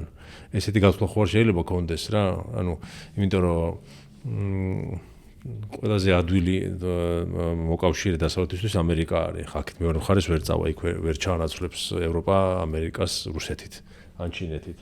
ეს გაცვლა ხო არა აქვთ, რომ ვაცადოთ ევროპას ვაიძულოთ, იმიტომ რომ სიტყვით არ გამოვიდა პირველ ვადაზე როცა ცადა ტრამპმა და ხო არ აიძულებს ამითი და საბოლოო გაცვლა შეიძლება იყოს, რომ ისევ მერე ძლიერი ევროპა და ამერიკის კავშირი. ზოგადად ეგ სურვილი მეეჭვება მე ტრამპს კონდეს, იმიტომ რომ მაგით ეს ქმნის ძალიან სულ პრეცედენტს, რომ მოკავშირეს მიატოვებს და სხვადასხვა ძალიან ცუდი არის ეს პრეცედენტი იაპონიისთვისაც. იაპონიამ დაიწყო ბოლო ხანებში ძალიან აქტიური მილიტარიზაცია. ამას ამიტომ კი არ აკეთებს, რომ იაპონიამ რაღაცა ერთხელ დაინახა, რომ უნდა რო კლავ იმპერია აღადგინოს, პრინციპში იმპერატორისაც ყავს იაპონიას. მაგრამ არა, სხვა მიზეზი აქვს მას. მისი მიზეზი არის ის, რომ მას ექსკლუზიურად ამერიკის აღარ ჯერა. ჯერა რომ თავარი ყველაზე კარგი გარანტია უსაფრთხოების არის თუ კი შენ ხარ ძლიერი. მაგრამ ეს არის ტრამპის გამო. ტრამპის გამო და ტრამპის ბოლო პოლიტიკის გამო. მაგრამ ტრამპი იქნება 4 წელი, მერე ვეღარ იქნება. რა თქმა უნდა, მაგრამ როდესაც კურსი ესეთი უკვე დაიდგება და დაიწყება მილიტარიზაცია, მისი შემსუბუქება და შემცირება, იმიტომ რომ შემდგომ კაი ადმინისტრაცია მოვიდაო და იქნება მე აღარ მოვიდეს ტრამპისეული ძალებიო. ძალიან არასწორი გათვლა, იმიტომ რომ ანუ სახელმწიფოს ამერიკას გოზოგადებუჯო. თან ტრამპი არ არის მხოლოდ ტრამპი არ არის პერსონა. ტრამპს ყავს თავისი იდეური გუნდის ხوارდამჭერები. იგივე ჯეიდი ვენსი, რაც არის ვიცე-პრეზიდენტი, რომელიც მის ხედვას გააგრძელებს რომ რამე. ტრამპის ფლანგი არის იდეოლოგიური ფლანგი. ამიტომაც მისი იზოლაციონისტური ხედვები იაპონიისთვისაც ეჭქვეშ დამაყენებელია. უბრალოდ ტრამპისათვის იაპონიიდან თუ ბიზნესური მოგება ვერ ნახა, ის პოლიტიკა სტრატეგიულად არ უყურებს. ის არ ამბობს, რომ მოდი მე იაპონიას დავიცავ, იმიტომ რომ იაპონია იქნება შემაკავებელი ჩინეთისათვის, კორეისათვის, რუსეთისათვის, ის არ უყურებს საკითხს. და სწორედ ამიტომაც ბიზნესური თვალსაზრისით თუ შეხედავს ის, გამოდის რომ ამერიკის შეერთებული შტატები ხდება ექსკლუზიურად ფინანსურ ეკონომიკური მოთამაშე მოკავშირეების გარეშე. თუ კი ევროპა 4 წელიწადში გადაიარაღდება, მისი мотиваცია ამერიკისკენ გაიხედოს კვლავ ნაკლები იქნება, იმიტომ რომ შეგახსენებთ 30-იან წლებში და 20-იან წლებში ამერიკაში არსებობდა გეგმა. ხშირად დაუჩერებლად ჭხერდეს, იმიტომ რომ პირველად როცა მე წავიკითხე, ნახე, ვისმინე, მეც არ მჯეროდა. იყო მისი გეგმა ამერიკაში, რომ ის საფრთხეთ აღექვამდა არა ნაცისტურ გერმანიას, არამედ ინგლისს, დიდ ბრიტანეთს. მისთვის ევროპა არ იყო მოკავშირეების რაღაცა ბასტიონი, პირიქით პოტენციური მეტოქეების ბასტიონი იყო. ესპანეთთან ჯერ კიდე აი მაგ პერიოდში 30-იან წლებში ომი დამთავრებული ქონდა სულ რამდენიმე წლის წინ, ანუ 20-30 წლის წინ. იმიტომ მეტოქეობა მათ შორის არ იყო დასრულებული. ესპანეთი კვლავ ამბობდა, რომ იცი რა შენ ვინ ხარ? მე ვარ ისევ ძლიერი. ამიტომაც თუ კი ევროპა ისე მოძლიერდა, რომ საკუთარი შეერღებული ძალების შექმნა, საკუთარი უსაფრთხოების უზრუნველყოფა მოახდინა, რუსეთიც შეაკავა და ასე შემდეგ, ის ამერიკისგან რაღაცო გაიხედება. ანუ мотиваცია რა იქნება? ამერიკა იმიტომ მიიღეს მეორე მსოფლიო ომის შემდეგ, რომ ამერიკა იყო ის ერთადერთი ძალა, ვისაც საბჭოეთი შეჩერება შეეძლო. ბრიტანეთი აღარ იყო ეგ ძალა, დასუსტებული იყო. და თუ კი ამერიკის გარეშე გაძლიერდნენ, ან ბრიტანეთი ითავებს ამ ყველაფერს, ან ითავებს საფრანგეთი ან გერმანია და ამ ყველაფერი იქნება დაბალანსებული. კარგი, ეხლა სანამ ევროპის გაძლიერებაზე მივალთ, ამ იდეა, ამ თეორიაზე რა სიტყვი, რომ თქვათ ეს რესურსები, რაზეც ცოტა ხნის წინ იყო ლაპარაკი, დაახლოებით 1-2 კვირის წინ იყო თავი თემა მედიაში, რომ უკრაინა რაღაც რესურსების 50%-ს უბრალოდ ამერიკა თხოვდა დათმობას, ხო 50%-ის. ისიც კი იყო ჩასული სკოტ ბესენტი, სწორად ვამბობს ახალს, ხო? როგორ იქნება ქართულ ენაზე მის თანამდებობა? ტრეჟერის უფროსი ქართულად. კი, საგანძური არასწორი არის, მაგრამ ეროვნული ბანკი თუ არ ვიცი, ფინანსების საბოჯო ფიგურა ფინანსდა. ხო, ეგ ცოტა უცნაური იყო, ვერ გავიგე ეგ რატო ჩავიდა უკრაინაში, მაგრამ ესეც რაღაც თამაშის ნაწილი ხო არ არის, რაღაც როგორც ის ბიზნესმენი, ეს თამაშობს, რომ ხა ცალკე დაუჯდა რუსეთს, რომ მე უფრო მეტად ევაჭროს უკრაინას და უფრო მეტი პროცენტი დაათმობინოს. ანუ ესეთი მნიშვნელოვანია ამერიკისთვის ეს უკრაინის რესურსი? უკრაინის რესურსების უმეტესობა არის ახლა იმ ტერიტორიებზე, რომელიც ოკუპირებული აქვს რუსეთს. აქედან გამომდინარე მაგაზე ვაჭრობა თუ არის საუბარი, რომ ამ უკრაინა შეუძლია მწვანე შეუიაუნთოს ნებისმიერ დროს, მაგრამ უკრაინამ სანაცვლოდ უნდა მიიღოს ისეთი რამ, რაც უღირს. ანუ ორივე მხრიდან, რა თქმა უნდა, თამასა ძალიან მაღალია. საერთოდ ეს თამასა რომ ძალიან მაღალია, ხედავთ ყველა მხრიდან. ჯერ ტრამპმა აწია თამასა. რო თქვა რომ აი გრენლანდია მინდა, კანადა მინდა, ეს მხოლოდ მარტო ტერიტორიების სურვილი კი არ არის. ის ამბობს რომ თუ ტერიტორიებს ვერ მივიღებ, სხვა რამე მაინც მივიღო, რაც ასევე კარგია დამატებითი ბაზები, რესურსებზე უფრო მეტი წვდომა, პორტები, ანუ შეიძლება ეგ იყოს მისი მეორე სურვილი. თამას აწეულია რუსეთის მხრიდანაც, რომელიც ამბობს, რომ არა მხოლოდ უკრაინის ტერიტორიები მომეციმე და მეღიარე, არამედ ნატოს სამხედრო ძალები ამას ითხოვს. არ გავიდესო ჩეხეთიდან დასავლეთითო, ანუ პოლონეთიდანო, ბალტიისპირეთიდანო, ბალკანეთიდანო გავიდესო. ნატოში დაარჩნენო ეს, მაგრამ მისი ძალები წარმომადგენლები არ იყვნენ რაკო. და გავიდნენ ჩეხეთიდან დასავლეთითო, განა იმიტომ რომ მას მართლა ჯერა რომ ჩეხეთიდან დასავლეთით გავა ნატო, არა, თამას ასწევს ძალიან მაღლა. და მე ამბობს რომ აი, კარგი, მაშინ დავთანხმდებით ცოტა უფრო ნაკლებს. ცოტა უფრო ნაკლები იქნება ალბათ შეიძლება იყოს მთელი უკრაინის კონტროლი ან ასე შემდეგ, რაღაც მსგავსი სურვილები. ამიტომაც არის რომ ეგ მიდგომა რომ სანამ გამიშვებენ, მანამდე ავწევ თამასას, ეგ სრულად მოსაოდნელი ამბავია. მაგრამ მეორეს რო აქ უკრაინაც არის, ხო? რომელსაც ძალიან კარგად აქვს გაცნობიერებული, რომ ის ნებისმიერი მცდარი ნაბიჯით კარგავს ყველაფერს, სახელმწიფოებრიობას. ამიტომაც მისი მხრიდან რომ ამერიკის შეერთებულ შტატებს მისცეს რესურსებს ეწვდომა, რაღაც განსაკუთრებული გარანტიების გარეშე, არის სიგიჟე. ამიტომაც ის ამას არ გააკეთებს, თუმცა შეიძლება ტრამპის მხრიდან იყოს მსგავსი თამასის საწევის მცდელობა, რომ აი მე თუ შენ ამას არ მომცემ, საერთოდ მიგატოვებ. მაგრამ ტრამპ არ მართლა რომ მიატოვოს ეს პირველი რიგში დააზარალებს ამერიკის ჰეგემონიურ ინტერესებს და შემდეგ დააზარალებს. სულ რო შეთანხმდეს უკრაინა და უთხრას 50% შენი იყოს, ჯერ რუსეთი იქნება იქიდან გასაგდები ტერიტორიიდან, ხო? აბა, ტერიტორიების დიდი ნაწილიდან, იმიტომ რომ დონბასი არის მართლაც ყველაზე აქტიური ეკონომიკური ზონა. ეს შემთხვევით კი არა, ჩვენ რო რკინიგზას შევხედოთ უკრაინაში. რკინიგზას რესურსებს ყველაფერი აი თავ მოყოლილი არის დონბაში, ქალაქი დონეცკის ირგვლივ. ნუ დონბაში მოაზრებულია ლუგანსკის ოლქიც, მაგრამ აი ეს ორი ოლქი არის მთავარი წამყვარი. მარიუპოლი იმიტომ იყო ერთ-ერთი საკვანძო, რომ მარიუპოლში წარმოებდა რკინა, ძალიან დიდი მნიშვნელობის. მარიუპოლში 1953 წლიდან, მეორე მსოფლიო ომში ეს თქვა 4 წლიდან სტალინმა დაიბრუნა მარიუპოლი, ხო? ჩადო უზარმაზარი რესურსები ამ მიმართულების გაზრდილებლად. და ეს ყველაფერი რომ შევკრათ, დავინახოთ რომ ამ რესურსებით იდგა კიდეც საბჭოთა კავშირის ერთ-ერთი მთავარი წარმოების ხაზი. იმიტომ რომ საბჭოთა ხაზი ეს იყო რკინა, ეს იყო ქვანახშირი, ეს იყო გემთშენებლობა, იარაღის წარმოება, მოდიოდა სწორედაც დონბასის ეკონომიკურ ოლქზე და ეკონომიკურ რეგიონზე, ხო? ძალიან მნიშვნელოვანი იყო ეს ყველაფერი და სწორედ აი ამის დაბრუნებას ცდილობს ახლა რუსეთი. ეს ხოთაშორის ბზეჟინსკის წიგნი არსებობს, ესეთი მკვლევარი იყო ბზეჟინსკი, რომელიც ამბობს რომ თავის ნაშრომში დიდი საჭადრაკო დაფა, რომ რუსეთი ვერ იქნება ვერასდროს ძალიან ძლიერი სახელმწიფო უკრაინის გარეშე. ამიტომაც ცდილობს რუსეთი, რომელიცაც დუგინმა გაიზიარა, ბზეჟინსკი იყო რუსეთის მოწინააღმდეგე, მაგრამ დუგინი ვისი თვინც არის, ის რუსეთის ერთ-ერთი ასე ვთქვათ თანამედროვე გეოპოლიტიკოსი და იდეოლოგია, ღიად ამბობს, რომ უკრაინა იქნება ის საფუძველი, რაზეც დაშენდება რუსეთის საომავლო იმპერია. აი ამ ყველაფერს რო შევაჯამოთ და ერთიან რაღაცა პაზლი რომ დავსახო და შევკრათ და სწორედ წარმოადგინოთ, დავინახავთ რომ რუსეთისათვის უკრაინა წარმოადგენს არა რაღაცა მხოლოდ ტერიტორიულ დაპყრობის სურვილს, არამედ შემდგომი განვითარებისა და შემდგომი აღზევების გზას. მისი ამბიციის გზა არის, ეს არ არის წერტილი და მორჩა უკრაინის მიიღებს და მორჩა. გზა არის მისთვის. გაძლიერებული რუსეთი უკრაინასთან ერთად ნიშნავს რომ მას ექნება ლაშქრობის და ახალი ომების დაწყების უამრავი სხვა საშუალება. ბელარუსი მეორე ერთ-ერთი მთავარი სამიზნე იქნება. ესტონეთში 20% ნარვას მიმართულებით არიან რუსები. რიგა, ლატვია. ბელარუსის სამიზნე რაღაც უნდა ბელარუსის. უბრალოდ ანექსია მოახდინოს. ბელარუსის მთელი ინსტიტუციები მის ხელშია. რუსების ხელშია ყველაფერი. უბრალოდ თუ კი მან შექმნა უკრაინის ტერიტორიებისაგან, ბელარუსისაგან, სხვა მიერთებული ტერიტორიებიდან და რაღაც დიდი სახელმწიფო, იმპერიული სახელმწიფო, ეს ნიშნავს რომ მან საერთოდ ახალი დღის წესრიგი შემოიტანა ევროპის ირგვლივ. დაპყრობითი ომი დააბრუნა. და სხვათა შორის ჩვენთვის არის ეს ძალიან დიდი საფრთხე. იმიტომ რომ აფხაზეთ და ცხინვალი მისთვის არ არის მხოლოდ უბრალოდ საქართველოს საკონტროლებელ ტერიტორიები რა. მას ამ ტერიტორიების საომავლო ანექსია აქვს გადაწყვეტილი. და ამ ყველაფერს განახორციელებს იმ შემთხვევაში, თუ კი იქნება წარმატებული სხვაგან. თუ გაუვიდა სადღაც. დღევანდელ ევროპას აქვს რესურსი, რომ უკრაინას მიცეს ისაც ჭირდება? გერმანიას აქვს ერთ-ერთი ყველაზე დიდი ნარჩენი შერაღების ცივი ომის შემდეგ. გერმანიას დღეს რო უყურებთ, რომ სულ რამდენიმე ბრიგადა და დივიზია ყავს. სავსე სუპერმილიტარიზებული იყო გერმანია. თუნდაც იარაღი ამ ფულით და მე სხვაგან იყიდონეს იარაღი. რა თქმა უნდა, მაგრამ წარმოების გარეშე თუ არა წარმოებს ევროპა თავის იარაღს, დამოკიდებული იქნება სუის ამერიკაზე. ამერიკაზე დამოკიდებულება ვიმეორებ, გრძელვადია და აღმოჩნდა მცდარი. ევროპის გადასახედანო რა.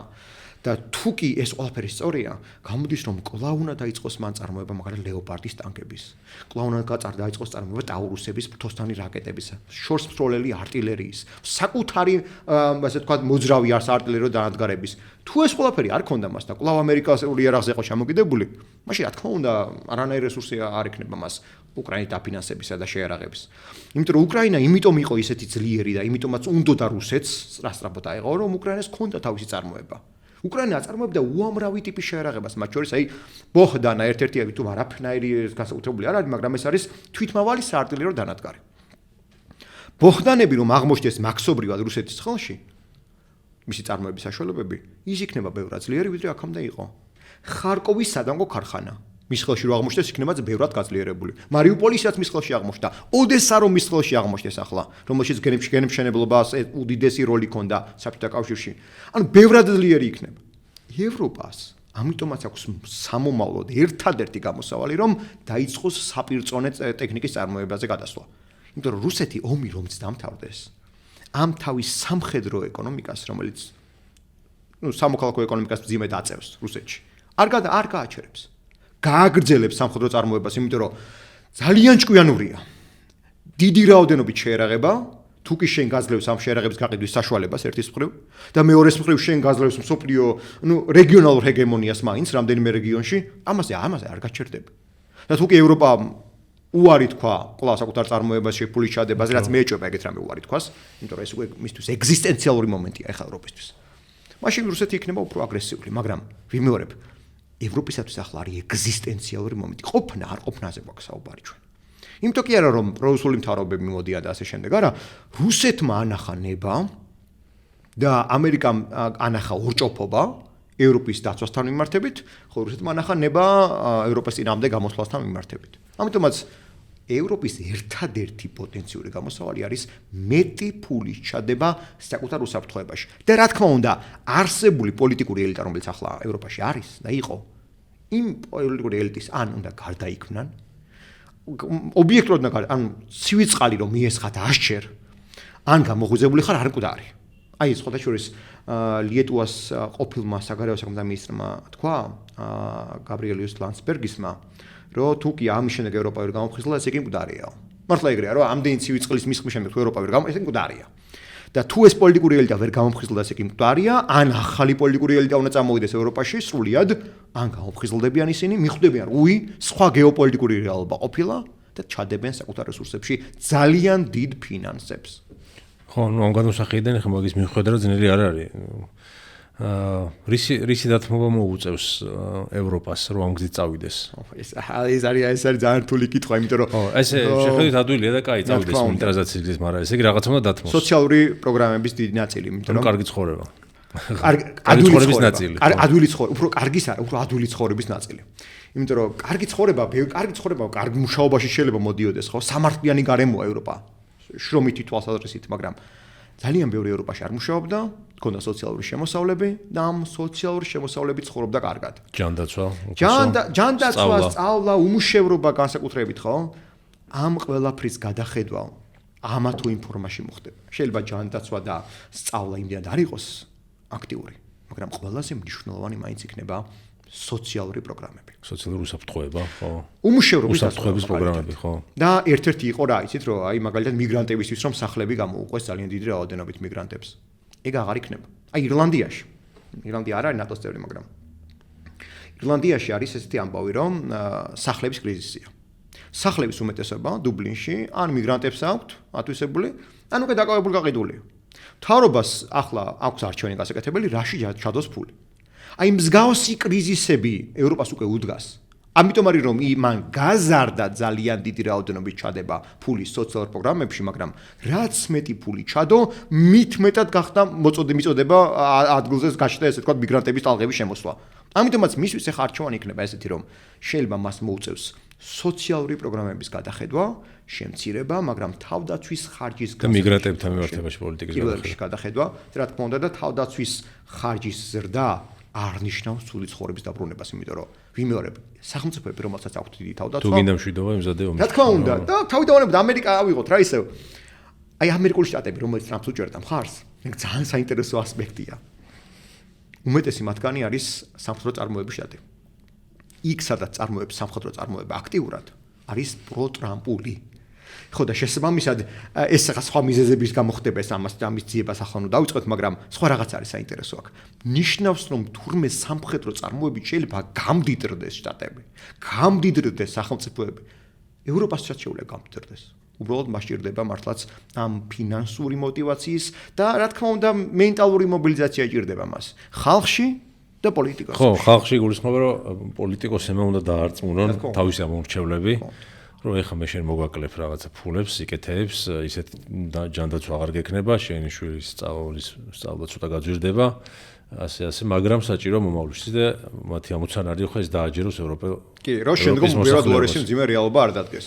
ეხა მართლა რო შევხედოთ. რა ძალიან ძნელია, როცა ამდენი წელი 10 წლები ეჩვევი ასე ცხოვრებას და მე როცა გითხრან რომ ეხა მეც რომ ამ დილემის წინაშე დავეყენ, შემცემეს დავეყენებინ ამ დილემის წინაშე. რა თქმა უნდა, მეც შევშფოთდებოდი. უბრალოდ აქ საჭირო იქნებოდა კარგი პოლიტიკოსი, რომელიც ამიხსნიდა მე და აუხსნიდა მოქალაქეებს, თუ რა გრძელვადიან საფრთხეებზია საუბარი. მარტო ის კი არა, უკრაინას და იმეს დავეხმაროთ, არა, მაგაზე არ არის საუბარი. შენ თავს რომ დაეხმარო. აქ მაგაზია საუბარი. რომ ხვალ თუ შენ თავს აღარ დაეხმარები, ბევრად მძიმე მდგომარეობაში აღმოჩნდები. და სულიად ჩამოიშლება ეს მთელი პროგრამები და მე მართლა გართულდება ცხოვრება. ანუ ჯერ კიდევ აქვს იმის რესურსი გერმანიას მაგალითად, რომ იცი რა აუხსნას მოქალაქეს, გადართოს ასე თქვა ფინანსების სამხედრო სფეროში, მაგრამ მე როცა სიტუაცია მართლა დამძიმდება და მე მართლა ულტიმატუმებს რო დაელაპარაკება რუსეთი და სხვა ძალები რომ დაელაპარაკებენ ერთმანეთს ულტიმატუმით, მე უკვე გვიან იქნება. აი მე უკვე ვეღარ მოახერხებ გადართვას. და სხვათა შორის, ეგეც რო თქვა რა. გერმანია უსაფრთხოების წყარო იყო ევროკავშირი და ნატო. თუ კი ევროკავშირი დასუსტა და ნატო როგორც ძალა ანგარიშგასაწევი აღარ გახდა, გერმანიას მაინც მოუწევს მილიტარიზაცია. იმიტომ რომ გერმანიის ირგვლივ ისეთ სახელმწიფოები არსებობენ, რომლებიც იტყვიან, რომ იცი რა, გერმანია დასუსტებულია და მოდი მე არაფერი აღარ მაინტერესებს, გერმანიის ტერიტორიები ან გერმანიაზე გავლენა, ან გერმანიის ეკონომიკაზე გავლენა არ მაინტერესებს. საბოლოო ჯამში სახელმწიფოები ერთმანეთს ენდობიან იმიტომ რომ ამ სახელმწიფოებს ერთმანეთთან აკავშირებთ მოკავშირეობა, სამხედრო ალიანსები და ჭირდებათ ერთმანეთს. თუ დაინახეს რომ ყველა ერთმანეთში ჩაიკეტა, ყველა იზოლაციონისტური გახდა, გერმანია მოწყდა დანარჩენ ევროპას, ან მოწყდა პოლონეთს, მოწყდა სახელმწიფოები ერთმანეთთან ისინი მოკავშირეები აღარ იქნებიან გრძელვადიანად. მე როგორ გახდება მართლა ტერიტორიული დავები, ისტორიული მეხსიერება ამოტივტივდება, აგერ აი მაგალითი არის იუგოსლავია რა. აი ამაზე ვივშილოთ, იუგოსლავია არ გავს ახლა ევროკავშირს რა თქმა უნდა, მაგრამ შევადაროთ რაღაც დონეზე. იუგოსლავია იყო 1-7 მეგობრული სახელმწიფო, სადაც ერთმანეთი უყვარდა ხალხს, შიდა ქორწინებები იყო, თავისუფლად მოგზაურონ. აი იდეაში ეს როგორც 80-იან წლებში უკვე დაიწყო რღვევა სისტემა. დაიხსენებსო თურმე 1910-იან, 1900-იან წლებში ერთმანეთი ეზიზღებოდათ. ერთმანეთს ებრძოდნენ. დაიწყო ომი მათ ერთმანეთში 70 წლის შემდეგ. და ევროკავშირი და მაგდენი ხანი არც არსებობს და ახლოდ მაგდენი ხანი პრინციპი მაგდენი ხანი არც არსებობს, ხო? და საბოლოო ჯამში გამოვა რომ ის ძველი წყენები, რომელიც მეორე მსოფლიო ომში და ძველი ზიზღები არსებობდა, ის ძველი რუკები, რომლებიც დღემდე Facebook-ზე დებენ, ხოლმე Reddit-ზე დებენ, Twitter-ზე, რომ აი რამხელა იყო უნგრეთი, რამხელა იყო გერმანია, რამხელა პოლონეთი, კვლავ წამოვა ეს ყველაფერი, იმიტომ რომ დღემდე არის ის შორეული მეხსიერება, რომელიც სულ ჰქონდა სახელმწიფოებს, რომ როდესღაც ჩემი სახელმწიფო იყო დიდი. დღეს მაგას იმიტომ არ ითხოვენ, რომ თავისუფალია მიმოსვლა, ეკონომიკურად მეგობრები არიან, სამხედროები მეგობრები არიან ერთმანეთის, განათლება მიმოსვლა ერთმანეთთან მეგობრული არის. თუ ეგენი გაჩერდა და რუსეთი გაძლიერდა, სახელმწიფოებმა თავიანთ თავზე დაიწყეს მარტო ფიქრი, ჩაიკეტნენ ისინი სახელმწიფოების შიგნით, სასწრაფო შიგნით. მივიღებთ კვლავ ძალიან მძიმე მილიტარისტულ, ოღონდ ერთმანეთის დამაპირისპირებულ სახელმწიფოებს, უბრალოდ უფრო გვიან ეს ყველაფერი. მაგიტომ რომ თუ კი დღეს ვერ მიხვდა ევროპა რა საფრთხეს წინაშე დგას, იდეოლოგიურად, სამხედრო თვალსაზრისით, პოლიტიკურად, მე გვიან იქნება. იმიტომ რომ ბოლოს რაც შეგვიძლია თქვა, რობერტ კაკანმა ორი ძალიან საინტერესო წიგნი დაწერა. ერთი წიგნი არის, ერთი ნაშრომია. კაკანისეული წიგნი ესეთი არის, რომ ჯუნგლები კვლავ იზრდება, ესე ითარგმნება ქართულად. Jungle grows back, ინგლისურად ესე ქვია. ჯანგლები კვლავ გაიზარდა, ან იზრდება. წიგნში ამბობს, რომ მსოფლიოში იმიტომ შეიძლება იყოს ხანგრძლივი მშვიდობა, რომ არსებობდეს მსოფლიო პოლიციელი, რომელიც ხელკედით დგას და სხვებს ვეუბნება, რომ თუ იომებთ, მე ჩავერევი. და ახლა ამ წლებშიო ეს ამ პერიოდში იყოო ამერიკაო, ასეთი მსოფლიო პოლიციელიო. და თუ კი მსოფლიო პოლიციელი აღარ იქნებაო, კვლავ იქნებათ мотиваცია ჯუნგლებში მცხოვრებლებს ერთმანეთი გაანადგურონ. სანამ ახალი მსოფლიო პოლიციელი არ გამოჩნდება. აი ეგ არის სწორედაც ის გრძელვადიანი მიდგომა, რომელიც ესე თქვა შეიძლება იყოს კარგად ახსნადი ამ ვითარების და მეორე ნაშრომი მისი ეს არის გეოპოლიტიკის სიმძიმე. ის თავის ამ ნაშრომში ძალიან საინტერესო რამეს ამბობს, რომ ავტოკრატიები და დესპოტიები არიან ერთ ბანაკში, დემოკრატიები მეორე ბანაკში და დემოკრატიები და ავტოკრატიები ერთმანეთში სულ იბრძვიან, ჯერ კიდევ პელოპონესის ომიდან მოწყოლებული მე-5 საუკუნეში ძველ წელთაღრიცხვით და იქიდან მოყოლებული რომ ერთმანეთს ვერ იტანენ, მათ შორის მშვიდობა არ იქნება არასდროს, სანამ ერთი ძალა არ გაიმარჯვებს ან მეორე. ამიტომაც ეს დაპირისპირება ავტოკრატიებსა და დემოკრატიებს შორის არის სოფლიოში ყველა წერტილში, ყველა საზოგადოების შიგნითაც კი. და თუ კი საბოლოო ჯამში ავტოკრატიებმა იმარჯვეს ბოლო რამდენიმე წლის განმავლობაში და ამის შემდგომ რატომ არ შეიძლება გაიმარჯვოს მაგალითად იგივე ევროპული სახელმწიფოების შიგნითაც? შეგახსენებთ რომ ვაიმარის რესპუბლიკა ჰიტლერამდე იყო ძალიან დემოკრატიული სახელმწიფო. ანუ შეგვიძლია თქვათ რომ ცოტა კულტურული ომიც მიდის დღეს ხო კულტურების თუ ცივილიზაციების დაპირისპირება, რეჟიმების დაპირისპირება, პოლიტიკური კულტურების დაპირისპირება რამდენ მიმდინარეობს და სხვათა შორის ეგეც არის რომ ევროპული კულტურა აი ახლა მივიღეთ ჩვენ ესეთი ამგვარი როგორც ახლა არის რომ აი ევროპული კულტურა გვაქვს ახლა როგორც გვაქვს. ამ ევროპული კულტურის საფრთხე დგას სწორედაც გარეძალებიდან გამომდინარე. გარეძალებმა რომლებმაც ყველაფერი გააკეთეს იმისათვის რომ ევროპა დაესუსტებინათ და ექციათ მათზე დამოკიდებული. რუსეთმა ჩამოიკიდა ის ენერგეტიკულად თავის თავზე Nord Stream-ებით, სამხრეთის გაზმომარაგებით, უკრაინას გამავალი გაზმომარაგებით. ამერიკამ საკუთარ თავზე ჩამოიკიდა ის სამხედრო თვალსაჩინო. რასაც ტრამპი ეუბნებოდა უშვებით წინას. ოღონდ სწორს ამბობდა მაშინ. უკვე გვიანი იყო მაშინ ლამპოში რა. და მეორე მხრივ ახლა ვიხილეთ რომ ამერიკამ სამხედრო თვალსაზრისით ჩამოიკიდა მასზე, ანუ სამხედრო თვალსაზრისით არის ევროპა დამოკიდებული ამერიკაზე. ენერგეტიკის თვალსაზრისით იყო რუსეთზე და საბოლოოში თავისი რაღა დარჩა. ის რომ კულტურულად ისტორიულ დიდებაზეა ორიენტირებული, რომელსაც სხვათა შორის რაღაცა ბოლო 10-20 წელს განმავლობაში საკუთარ კულტურულ ისტორიასაც კი შორდებოდა. ეგ დიდი პრობლემა იყო, იმიტომ რომ ახლა ხო ამბობენ რომ აი რა საჭირო ევროპული ისტორიის სიამაყე. იმიტომ არის საჭირო სხვები ამაყობენ თავიანთი ისტორიით და თავიანთ ისტორიას იყენებენ ისინი შენს წინააღმდეგ საომრად და შენ თავიანთ რუკებზე შენი ისტორიული ტერიტორიები მის ტერიტორიებად არის მოაზრებული. და აქედან გამომდინარე მე მგონი ახლა უკვე ევროპაშიც ნელ-ნელა ჩნდებიან ძალები იმავე დემოკრატიულ საზოგადოებებში, რომლებმაც თქვეს რომ მხოლოდ და მხოლოდ იმაზე თქვა რომ დღეს ომები დასრულდა და მეგობრობა არის ერთადერთი სამყაროში ურთიერთობის წყარო, გადახედვადია, გადახედილია და ახალი მზე ამოდის და ახალი დღე იბადება. თუ არის გამოკვლეული რაღაცა მიახლოებითი წარმოდგენა მაინც თუ არსებობს რომ რა დრო დაჭირდება აი დღეს რო დაიწყოს ევროპამ ასე ვთქვათ სწორი გზით სიარული და გადაწყვეტონ რომ ხო ახლა უნდა გავძლიერდეთ რამდენი დრო დაჭირდება იმისთვის რომ რაღაც იმ სიძლიერეს მიაღწიოს აჩვენა რამდენი ჩაიდება ფული მაგრამ თუ კი მართლა 5% რა რესურსი აქვს ასე ვთქვათ ხო ახლა რა იქნება ვინას ის არის მაგრამ აი თუ კი მართლა 5%-ზე რაც არის საუბარი 5%-ზე რო არის საუბარი 5% ჯემთლიანში და პროდუქტიდან ჩაიდოსო და ბიუჯეტიდანო ჩაიდოსო თავდაცვაშიო მაშინ ევროპის გაძლიერება შეიძლება მოხდეს რამდენიმე თვიდან რამდენიმე წელიწადში ანუ საუბარი გვაქვს რომ აი თუ კი მაგალითად ქარხნები რომლებიც უშვებენ მანქანებს გამოუშვეს ტანკებიც ვიხილავთ სრულიად სხვა ევროპას რამდენიმე თვეში. აი ცნობილი ამბავია რომ რამდენიმე თვეში შეიძლება დადგეს ეს შედეგი უკვე. რამდენიმე თვეში შეიძლება დაიწყოს წარმოების დაწყება. კი. აი Porsche მაგალითად არის ახლა ძალიან მაგარი მანქანების კომპანია რომელიც უშვებდა ტანკებს. Skoda რომელიც ტანკებს, Renault ტანკებს, ანუ თავისუფლად შეუძლია გადაეწყოს ამ ქარხნებს, იმიტომ რომ ეს გამოცდილება არსებობს, ეს მაკეტები არსებობს, ეს ხედვები არსებობს. დღეს იგივე ტაურუსების წარმოებაზე რო თქვი, ან ინგლისელებს როდესაც აქვთ Storm Shadow-ები. ეს მაკეტები არსებობს, ჩარხები არსებობს ამის. თუ კი ფული იქნება და ნება იქნება, წარმოება ჩაიშვება ძალიან მალე, ერთ და ორ დღეში ვერ რა თქმა უნდა. თვეებზე გვაქვს საუბარი და შედეგი შეიძლება დადგეს რამდენიმე წელიწადში, უკვე ძლიერ ევროპაზე გვაქვს საუბარი. მაგრამ პოლიტიკური ნება თუ იყო, ეს უკვე გამარჯვებაა. ეს უკვე აღარ არის საჭირო შენ ტანკი ქონდეს ბევრი, უკვე. შენ თუ პოლიტიკური ნება გაქვს, რომ ტანკები რაც ყავს, უკვე გადაამისამართო აღმოსავლეთის ფრონტზე, უკვე დამთავრებული საკითხია, ესე იგი შენ უკვე ძალა გამოაჩინე. იგივე ავიღოთ რუსეთზე, ხო? რუსეთი ამბობს, რომ მე რასაც ვაწარმოებ, თითოეულ ტანკს ვაგზავნი ფრონტზე. მართლა ეგრე აკეთებს. თორე რუსეთის ახლა ტანკების საერთო რაოდენობა კატასტროფულად შემცირებული აქვს. მაგრამ რასაც აწარმოებს, ყველაფერს ფრონტზე უშვებს ის. მის ეკონომიკა ახლა არის ძალიან მძიმედ სამოქალაქო ეკონომიკაზე მაქვს საუბარი, იმიტომ რომ ყველაფერი დაყრდნობილი არის სამხედრო ეკონომიკაზე. რამდენი ხანი გაუძლებს რუსეთის ეკონომიკა, ამაზე არავინ არ იცის, არ თქვას რომ აი გაუძლებს ყველამდე იქნება, არა, შეიძლება უფრო მეტი ხანი იყოს, შეიძლება ჩამოიშალოს ნებისმიერ დროს. მაგრამ რას ხედავთ დღეს? ეგ აღნიშნე გვერდით მინდა უდგება რა თქმა უნდა, მაგრამ დღესაც ხედავთ რუსეთს აქვს ძალიან დიდი პოლიტიკური ნება აწარმოოს ტანკი და გაუშვას ფრონტზე ეგრევე. ტანკში კონკრეტულ ტანკს გულისხმობ იარაღს, შეერაღებაზე გვაქვს საუბარი.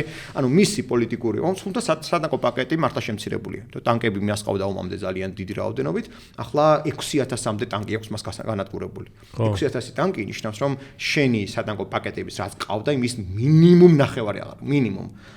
უფრო მეტი იმიტომ რომ რეალურად რუსეთს რაც ყავდა დიდი რაოდენობით დაკონსერვებული იყო ტანკები და ვიცით რომ მისი კანიბალიზაცია მოხდა. ანუ ტანკებს მოხსნეს სხვადასხვა ესე ვთქვათ მინა 1 და დაუყენეს ახალ ტანკებს, შეარემონტეს ძველი ტანკები და ის ძველი ეს დაკონსერვებული ტანკების ნაწილი ფიტულები ყრია იგივე პოლიგონებზე, იმიტომ რომ სატელიტური ფოტოებიდან ეს ყველაფერი კარგად გამოჩნდა. ხო, ამიტომაც არის რომ პოლიტიკური ნების შემთხვევაში ევროპა იქნება უფრო ძლიერი ძალიან მოკლე ხანში, ვიდრე ამაზე გვაქვს საუბარი, მაგრამ კარგ პოლიტიკურ ნებას კარგი პოლიტიკოსები სჭირდება. კარგი. გადავიდეთ ბოლო საკითხზე. ეს საკითხი არის ჩვენ რა ვქნათ. მაგრამ სადამ ამ საკითხზე გადავალთ, შევისვენოთ. სოკარის კითხვის დრო არის ჩვენი სპონსორის. ესეთი საკომუნიკაციო პლატფორმა აქვთ, შეისვენე და აივსე ენერგიით. და ამის ფარგლებში სტუმრებს ვეკითხებით ხოლმე რა პირობებში ურჩევნიათ დასვენება. ეს ცოტა მორნილი შეკითხვაა, მაგრამ შევისვენოთ ამდენი პოლიტიკის და შევისვენოთ აბსოლუტურად. აი რა არის შენთვის იდეალური გარემო სიტუაცია, მდგომარეობა, როცა ისვენებ და ახალი ენერგიით ივსებ. მე ყოველთვის მთას ვამჯობინებ, მთაში ფეხით სიარულს და მაქსიმალურად ესე ფიზიკურად აქტიურ მონაწილეობას. რო იღლები კიდეც, ოღონდ სასია უნდა რომ მოდიხარ და კმაყოფილი რო ხარ რაც ნახე. ბუნებითი ძეგლების ხილვა მიყვარს ძალიან. ამიტომაც აი ჩემთვის მაგალითად სვანეთში მოგზაურობა და სვანეთის მთებში სიარული არის და იგივე რაჭის მთებში სიარული არის ერთ-ერთი ყველაზე დიდი სიამოვნება. ზღვა დიდად არ მიყვარს, ტენიანი ჰავის გამო, ტენთან არ მეგობრობ მაინც და მაინც. და უფრო მეტად ესე ვთქვათ ცივი მშრალი ჰაერი და მთიანი ჰავა უფრო მეტად. ხო, ჯერჯერობით ასე შეკითხვა დავიწყეთ, ბუნებაში სეირნობა და მთა იმაში ლიდერობს. თის ხალხი ვართ ქართველები ზოგადად და ჩვენი მენტალობა რაღაც ხრივ აი განვითარებული იყო მთაზე. კოლხეთის დაბლობის ყველაზე დაბალი მონაკვეთი რაც არის პალიასტომის ტბასა და ანაკლიას შორის ყველაზე ცოტა დასახლებაა. იმიტომ რომ საქართველოს მოსახლეობა ისტორიულად ცხოვრობდა მთაში. სუმთებს ეტანებოდა ხოლმე. მიუხედავად რომ ზღვა ძალიან მნიშვნელოვანია, მით უმეტეს სამხედრო თვალსაზრისით და პოლიტიკისათვის, მაინც კულტურულად მთა ყველაზე საინტერესოა. ხო, მე ზღვა მიყვარს, მიუხედავად რომ სვანი ვარ, სვანეთიდან ვარ, მაინც ავტომატურად ზღვა უფრო მიყვარს. თან ახლა შენ ალბათ ეს საქმიანობაზე და პროფესიაზეც არის რა, შენი პროფესიიდან გამომდინარე, რაც უფრო მეტად გიწევს ასე ვთქვათ, გონების დაძაბვა და ტვინის, მე ფიზიკურ აქტივობაში ისვენებ რა. აბსოლუტურად. და დასვენება არის მართლა ფიზიკური აქტივობა. რა თქმა უნდა, კმაყოფილი რო ხარ და რაც ყველაზე მთავარია, აი როდესაც ენერგიისგან ამ რაღაციდან იცლებ, ნეგატივის გამოდის ძალიან ბევრი. ფიზიკური ენერგიისგან აი დაცლა, ნეგატივისგან დაცლაც არის. სხვა შორის ერთ-ერთი რჩევა არის ხოლმე რომ აი ადამიანი რომელიც ფსიქოლოგიურად ცუდ არის, ეუნებიან რომ წადი ივარჯიშე. ვარჯიშის დროს მე საკუთარ თავზე გავამიცდი. რა თქმა უნდა. და კრივით მაგალითად ძალიან კარგი ის აღმოჩნდა, მკურნალი ჩემთვის და დღემდე ვარჯიშობ. ესე იგი ფიზიკური აქტივობა არის ყველაზე კარგი დასვენება. აბსოლუტურად. ხო და დღევანდელ ცხოვრების ტემპში ალბათ ყველაზე კარგი გამოსავალი ეს არის. კაი, დაუბრუნდეთ. ისე რთულ თემებს. ჩვენნაირი პატარა ქვეყანა, როგორ უნდა მოიქცეს ხოლმე ასე დროს, როცა ესეთი დიდი გადანაწილებების ეპოქა დგება და ეს ქარიშხალი დგება ხოლმე ესეთ საერთაშორისო პოლიტიკაზე, ჩვენ რა შეგვიძლია? აი რა გვაქვს ისეთი, აი საქართველოს მაგალითი ავიღოთ, რაც შეგვიძლია არ ვიცი და რა რესურსი გვაქვს, რითი შეგვიძლია ვივაჭროთ და გამოურჩეთ ჩვენთვის სასარგებლო მდგომარეობას. ხო, რაც ზოგადად ყველა პოლიტიკური ნაბიჯს აქვს თავისი ფასი. რაც უფრო სუსტია სახელმწიფო, მით უფრო ადვილად ხდება მისი დაპყრობა. აი ნებისმიერი პოლიტიკური ნაბიჯი ხო ესეა, რაც უფრო მეტი ფასის გადახდა გიწევს, რაც უფრო მეტი რესურსი უნდა ჩადო, რაც უფრო მეტი სვლა უნდა გააკეთო, უფრო მეტს ფიქრობ იმ სვლის გაკეთებაზე. ასე არის ნებისმიერი ომიც, ნებისმიერი კრიზისის, ნებისმიერი ურთიერთობაც. საქართველოს რაც უფრო მეტად იქნება სუსტი, მით უფრო ადვილი ნადავლი იქნება სხვისთვის. და იფიქრებს რომ მოდი რა ბარემ საქართველოს ხომ არ წამეღო. ამიტომ არის რომ საქართველოს მხრიდან აი ეს მიტმასნების პოლიტიკა, რომ მოდი მე მივეტმასნები მაგალითად რუსეთს ან ჩინეთს და მე არ შემეხებიან, ეგ არის სრულიად წარმოუდგენლად არასწორი სურათი და ხედვა, იმიტომ რომ პირიქით, რაც უფრო მეტად შეიტყვი რომ მე სუსტი ვარ და მე არაფერ არ დამჩაგრავს, იტყვიან რომ ბარემ შენ ადვილი ნადავლი ხარ და შენ წაგიღებ. ერთადერთი გარანტია უსაფრთხოების, ერთადერთი არის საკუთარი სიძლიერე. სხვა გარანტია არ არსებობს. რა თქმა უნდა, დამხმარე არის კარგი ბევრი მოკავშირეები, დამხმარე არის სტრატეგიული მდებარეობა, რაც გვაქვს სასურველია ძალიან კარგი ამბავია, ხო? მაგრამ გარანტია. რამდენად სასურველია, იმდენად პრობლემების რა თქმა უნდა, მიზანში გაქცევს ვიღაცას, მაგრამ სხვისთვის ფასია სამაგეროდ. იმდენად საინტერესო არის ის, რომ ახლა ერთადერთი გამოსავალი არის თუ კი შენ იქნები ძლიერი, რომ შენი ფასი იყოს ისეთი მაღალი, რომ არ უღირდე. აი სწორედაც რო პატარა ხარ, არ უღირდე და თქვას რომ მოდი რა შენ ძალიან ძვირი დაждდება საქართველოსთან კონფლიქტი.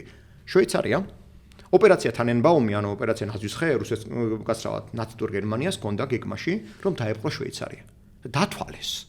და მიხვდნენ რომ შვეიცარიის დაპყრობა დაждდებოდა ზუსტად იგივე, რაც საფრანგეთის დაპყრობა დაждდა. რაც არ მოუნა დიდი რესურსი იყო და თან წარმატების გარანტია არ იყო. ამიტომ თქვენ რომ მოდი რა ბარემ შვეიცარი იყოს როგორც არის. ამიტომაც არის რომ საქართველოს მხრიდან შვეიცარიას არ ვედრები, მით უმეტეს შვეიცარია ნეიტრალური სახელმწიფოა, მაგრამ ძალიან ძლიერი.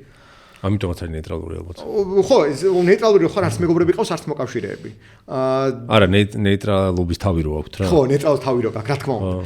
მაგრამ აქ საინტერესო არის ის, რომ საქართველოს არც ერთ შემთხვევაში არ უნდა იყოს მარტო და არ უნდა იყოს სუსტი.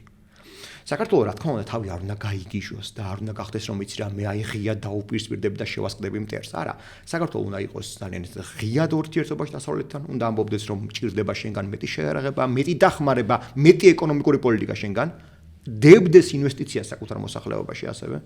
რაც ყველაზე მთავარია, პოლიტიკური კრიზისი კი არ უნდა იყოს ქვეყანაში. ქვეყანაში უნდა იყოს მაქსიმალური კარგ ხელისუფლების მხრიდან ორიენტირება იმაზე, რომ მთლიანად ეს მოსახლეობის კონსოლიდაცია მოახდინოს ერთმანეთში და დააჯეროს, რომ ამ ქვეყნის დაცვა ღირს. იმიტომ რომ მოქალაქემ თუ კი დაიჯერა, რომ ამ ქვეყნის დაცვა აღარ ღირს, სულ რო ატომური ბომბი ქონდეს, აზრი არ აქვს მე ყველაფერს. ამიტომაც არის რომ ახლა ქვეყანაში ისეთი კრიზისია, რომ ძალიან ბევრი მოქალაქე გულაცრუებულია და ამბობს, რომ წავხო არ წავიდე ქვეყნიდან. ეგ უკვე ტრაგედია. განამარტო იმიტომ რომ ჭკვიანი ადამიანები გალიან brain drain, ანუ ტვინების გადინება რო ეწოდება. არა, მარტო ეგ არაა პრობლემა. პრობლემა არის ის, რომ მოქალაქეებს აღარ ჯერათ საკუთარი სახელმწიფოს. ის კი არა, აი საქართველოს ინსტიტუციებისადმი გაჩნდა პრობლემა, აი რამდენიმე ხნის წინ ჩატარდა საყოველთაო აღწერა. მოქალაქეები კარებს არ უღებდნენ ადამიანები, სახელმწიფოს წარმომადგენლებს. აღარ ჯერათ ერთმანეთის. მაგაზე დიდი ტრაგედია არაფერი არაა, იმიტომ რომ ეს უკვე კრიზისის ყველაზე მაღალი სტადია, იმედგაცრუებაა თავად და სახელმწიფოს სიყვარული უნდა გახდეს კვლავ ბუნებრივი მდგომარეობა. ის კი არა რომ დეკლარებული მარტო ვიღაცამ სადღაც ეს ჭიქასთან ერთად აღნიშნოს, არა, ეს უნდა იყოს ბუნებრივი, იმიტომ რომ სახელმწიფოს მოქალაქეებს მაშინ უყვართ ერთმანეთი, როდესაც მზად არიან ერთმანეთისათვის იბრძოლონ. ისრაელი იმიტომ გადარჩა იქ სადაც გადარჩა, რომ ისრაელში ერთმანეთისადმი სიყვარული, როგორც სახელმწიფოს წარმომადგენლებისადმი სიყვარული არის გამჯდარი, იმიტომ რომ მათთვის ნათელია რომ მე და შენ ერთ ნავში ვხედავთ. ამ ქვეყანაში როგორი რიტორიკაა, ხო? შენ წადი თუ არ მოგწონს. მე მარტო დავრჩები, ანუ ნავიდან აგდებ შენ მოქალაქეს, ან მეორე მზადა გადაგაგდოს შენ ნავიდან. ეგრე ნავი დაიღუპება. იმიტომ რომ ნავის წარმართვისა და ნავის ფინიშამდე მისვლის, წარმატებულ ფინიშამდე მისვლის ერთადერთი შანსი არსებობს, თუ კი მოსახლეობა იქნება მყარი, დაყოფილი, ურთიერთდაპირისპირებული, გამოფიტული სახელმწიფო, სხვათა შორის იყო საფრანგეთი მეორე მსოფლიო ომის წინ, ეს ძალიან ცნობილი ამბავია, საფრანგეთის დაცემის ერთადერთი ექსკლუზიური მიზეზი. განა ის იყო რომ ჯარი არ ყავდა მას. ძალიან მაჟინოს ხაზიც ჰქონდა, განა ის რომ გერმანელები ვერ შეაჩერეს ესე მარტივად გადალახეს, არა. ისეთი შიდა გამოფიტვა იყო ქვეყნის შიგნით და დაპირისპირება ქვეყნის შიგნით, საფრანგეთზე მაქვს საუბარი, საქართველოზე კი არა. რომ გერმანიის არმია რომ შევიდა, უბრალოდ წინააღმდეგობის არც სურვილი აღარ იყო ძალიან დიდი, აღარც საშუალება აღარ იყო ძალიან დიდი და მოსახლეობას ერთმანეთის აღარ ჯეროდათ. და სწორედ ამან გამოიწვია ის მარცხი.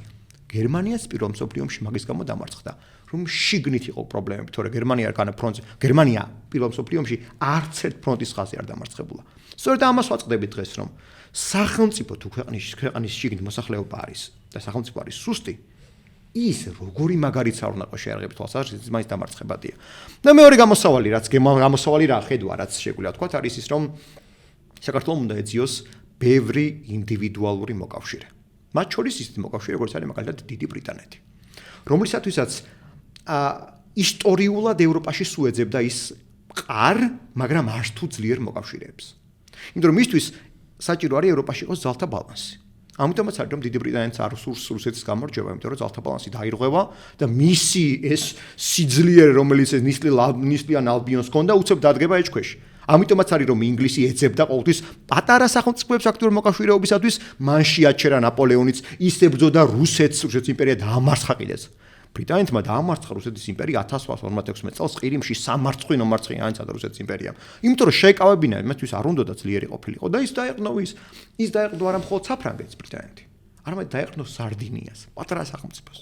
ანუ ეს ჩვენს გვიცდია ხო ისტორიულად ბრიტანეთმა. რა თქმა უნდა, გვიცდია ჩვენ სხვათა შორის ოღონდ ეს მაშინ არც თუ წარმატებული არ იყო, მაგრამ რა შეგვიძლია ვთქვათ იცით რომ ბევრი ასეთი სახელმწიფო არსებობს, რომელთან შეიძლება რაღაც კავშირის ქონა. არ არის მხოლოდ საჭირო რომ ვთქვათ რომ ერთ ჟამში ჩავდო ჩვენი ყველა კვერცხი რომ დავეცეთ და დაიმტრეს, არა, ცადოთ ბევრი კარგი მოკავშირეების ქონა. მოკავშირე ვერ იქნება ჩინეთი და რუსეთი. რუსეთი, რომელიც ჩვენ როგორც სახელმწიფოდ არ გაღიარებს და შენ როგორც არ გაღიარებს როგორც სამომავლო თანასწორ ძალად ვისაც დაუჯდება და დაელაპარაკება, იმასთან ვერ იქნება მოკავშირე. ვერ იქნება ჩინეთთან მოკავშირე, იმიტომ რომ ჩინეთი საერთოდ არ გიყურებს როგორც სახელმწიფოდ ის, როგორც რესურს და გზა გამტარად ისე გიყურებს. შენ მეტი ამოცანა არ გაქვს. ამიტომაც უნდა იპოვო იდეოლოგიური მოკავშირეებიც, რომლებიც ამბობენ რომ ხო, მე და შენ ორივე ვართ ევროპის დასავლური ცივილიზაციის ნაწილი და ჩვენ ორივეს გვაქვს საერთო ინტერესი. საერთო ინტერესი არის ის, რომ შევაკავოთ რუსეთი, შენ გაწყობს ის, რომ ძალთა ბალანსი იყოს, შენ გაწყობს ის, რომ შენ გასასვლელი კონდეს დერეფანი ოღონ დანარჩენ ევრაზიულ სივრცეში და მე მაწყობს ის, რომ გადავრჩე ეგზისტენციალურად, გავძლიერდე და ეკონომიკური წარმატება ვნახო. რა თქმა უნდა, ეკონომიკურად ევროკავშირი არის გამოსავალი, ეკონომიკურად, ცივილიზაციურადაც. მაგრამ სამხედრო თვალსაზრისით, თუკი აშშ-ის უკან დახევას ვიხილავთ ჩვენ, თუკი, ეს დიდი თუკი არ ამას ხას გაუსვა მაინც რა, საქართველოში ჯერ ეს ნიშნები არ ჩანს და ამიტომაც საქართველოში ამერიკა კვლავ აქტიურად არის წარმოდგენილი, მაგრამ თუკი ამერიკა გავა საქართველოდან და კავკასიიდან, მაშინ უნდა ვიპოვოთ ახალი დასაყრდენები, იმიტომ რომ ჩვენ ისეთ სამეზობლოში ვართ. მარტო რომ დავრჩეთ, ჩვენი არც ერთი მეზობელი არ არის სანდო. ამის თქმა ხმამაღლა შეიძლება ისე იყოს, არ იყოს პოპულარული, მაგრამ ჩვენი არც ერთი მეზობელი არ არის სანდო. იმიტომ რომ ჩვენ ისტორიულად რო შეხედოთ, ჩვენ მეზობლებს პოლიტიკური ამბიციები ჰქონდათ და ახლა და რუსეთის გარდა სხვებს მეტნაკლებად მიჩქმალული აქვს, მინავლებული აქვს, მაგრამ ინტერესი შეიძლება გაძლიერდეს თუ კი შენ ძალიან სუსტი იქნები. იმიტომ რომ სვიმეორებს სუსტი ძალების წინააღმდეგ მოქმედება არის ძალიან დიდი სიამოვნებით განხორციელებადი. ხო, ამაზე გამახსენდა, როგორც კი ის ჩაინიშნა რა რუსეთის დელეგაცია ამერიკასთან შეხვედრა აბუ-დაბიში იყო, ხო? ერიაჩი, ზელენსკიმ ერდოღანთან შეხვედრა დაანონსა. კი, იმიტომ რომ კარგად ესმის ზელენსკის. სად ერდოღანი ჩავა, თუ სად მოხდება? შეხვედრა შედგა გუშინ, სხვა შორის და ძალიან კაი. კი, გუშინ შეხვედრა ძალიან საინტერესო შეხვედრა იყო. ერდოღანმა ძალიან ღია თქვა, რომ მას იგი მხარს უჭერს უკრაინის ტერიტორიულ მთლიანობას, იმიტომ რომ მან კარგად იცის, რომ გაძლიერებული რუსეთის შავ ზღვაზე ნიშნავს, რომ ის თან თქავს თურქეთის სამომავლო ნებისმიერ ინტერესს შავ ზღვაში. ძალიან დასუსტდება თურქეთი. გადაიქცევა ეს ერთგვარი შავი ზღვა იქნება რუსეთის ტბის მაგვარი, რა თქმა უნდა, თავიდან ეგრევე არ იქნება ასეთი. მაგრამ საბოლოო ჯამში, სხვათა შორის, თურქეთი არის ის პოტენციური დამაბალანსებელი ძალა, რომელმაც შეიძლება რუსეთი შეაჩეროს. ჩვენთვის თურქეთი ევროპასთან ერთად მშვენიერი მოკავშირეა. ამერიკასთან ერთად მშვენიერი მოკავშირეა. მაგრამ ჩვენთვის თურქეთთან და რუსეთთან მარტო დარჩენა არც არ არის კარგი ამბავი. იმიტომ რომ მარტო ძლიერ სახელმწიფოსთან, აი თურქეთის მაგვარ, ან რუსეთის მაგვარ სახელმწიფოსთან უკვე მაგ შემთხვევაში უკვე ამბიციას ეხსნება რა არეალი, მარტო თუ ხარ. ამიტომაც არის ჩვენ. ხო, ეხა ევროპის სიძლიერეზე ვლაპარაკობთ, იქ თურქეთი არ გვიხსენებია, თურქეთსაც სამხედრო როლი აქვს, ხო? თურქეთს ძალიან დიდი როლი აქვს. ხო, სამხედრო სიძლიერე აქვს ერთი და. და თურქეთი შეიძლება აღმოსავლეთ ევროპის ერთ-ერთი წამყვანი ძალა იყოს, მაგრამ სასურველი არის ჩვენთვის რომ ეს ძალა იყოს ევროპასთან ერთად და არა მარტო. იმიტომ რომ მარტო ცალკე გეოპოლიტიკური ღერძით თურქეთი ჩამოყალიბდა, ეგ შეიძლება რუსეთის შემაკავებელი იყოს, მაგრამ საბოლოო ჯამში ჩვენ რა მხრივ იქნებთ კონტექსტში განხილული ეს უცნობია, იმიტომ რომ ვიმეორებ, ძალიან ძლიერი თურქეთი საბოლოო ჯამში კავკასიას მის გავლენის სფეროში მოქცევა შეეცდება. ამიტომაც ჯობია რომ თურქეთი იყოს ევროპასთან ერთად, ან ევროპა იყოს ისეთი ძლიერი რომ თურქეთს არ უღირდეს ევროპასთან დაპირისპირება, ცალკე აღებულად. ამერიკამ გასულ თუ გადაწყვიტა ეს დღეების ამბავია, შეუძლია ხვალიდან თქვას, რომ მორჩა მე უკრაინას აღარ ვეხმარები? დღეების ხვალიდანვე შეიცვალოს. შეუძლია თქვას, მაგრამ ამას არის ამს. იმიტომ რომ ყველა USAID-ის ამბავიც რო იყო, ყველა საერთაშორისო დახმარება რო შეაჩერა, უკრაინის არ შეუჩერებია. ნუ ოფიციალურად არ იყო, მაგრამ როგორც ამბობდნენ, ის უძელდებოდა. ხო, ამ შეუძლია გააკეთოს ეს, მაგრამ ამას არ გააკეთებს. ამას არ გააკეთებს მარტო იმიტომ კი არა, რომ ტრამპი ამას არ სურს გააკეთოს ეს ყველაფერი. არამედ იმიტომაც, რომ ამერიკის ჰეგემონიისათვის ეს იქნება ძალიან დიდი დარტყმა, მოკლე ვადაში და რუსეთისა და ჩინეთისთვის იქნება უზარმაზარი мотиваციის მიცემა, რომ საკუთარი კონფლიქტი კი არ გააგრძელოს მარტო. დამატებითი მოთხოვნები დაუყენოს ევროპას, დამატებითი მოთხოვნები დაუყენოს ამერიკას. ანუ იჩქარებენ. და სხვათა შორის ჩინეთი არის ყველაზე ჩქარი სახელმწიფო ერთ-ერთი. ხო, სულ მთელი ისტორია ამას ამბობს, რომ ჩინეთი ძალიან ნელა მუშაობდა, ძალიან ნელა იზრდებოდა, ძალიან ნელა ფხიზლდებოდა. მართლა ეგრე იყო, მაგრამ ახლა ბოლო წლებია ძალიან ჩქარობს ჩინეთი.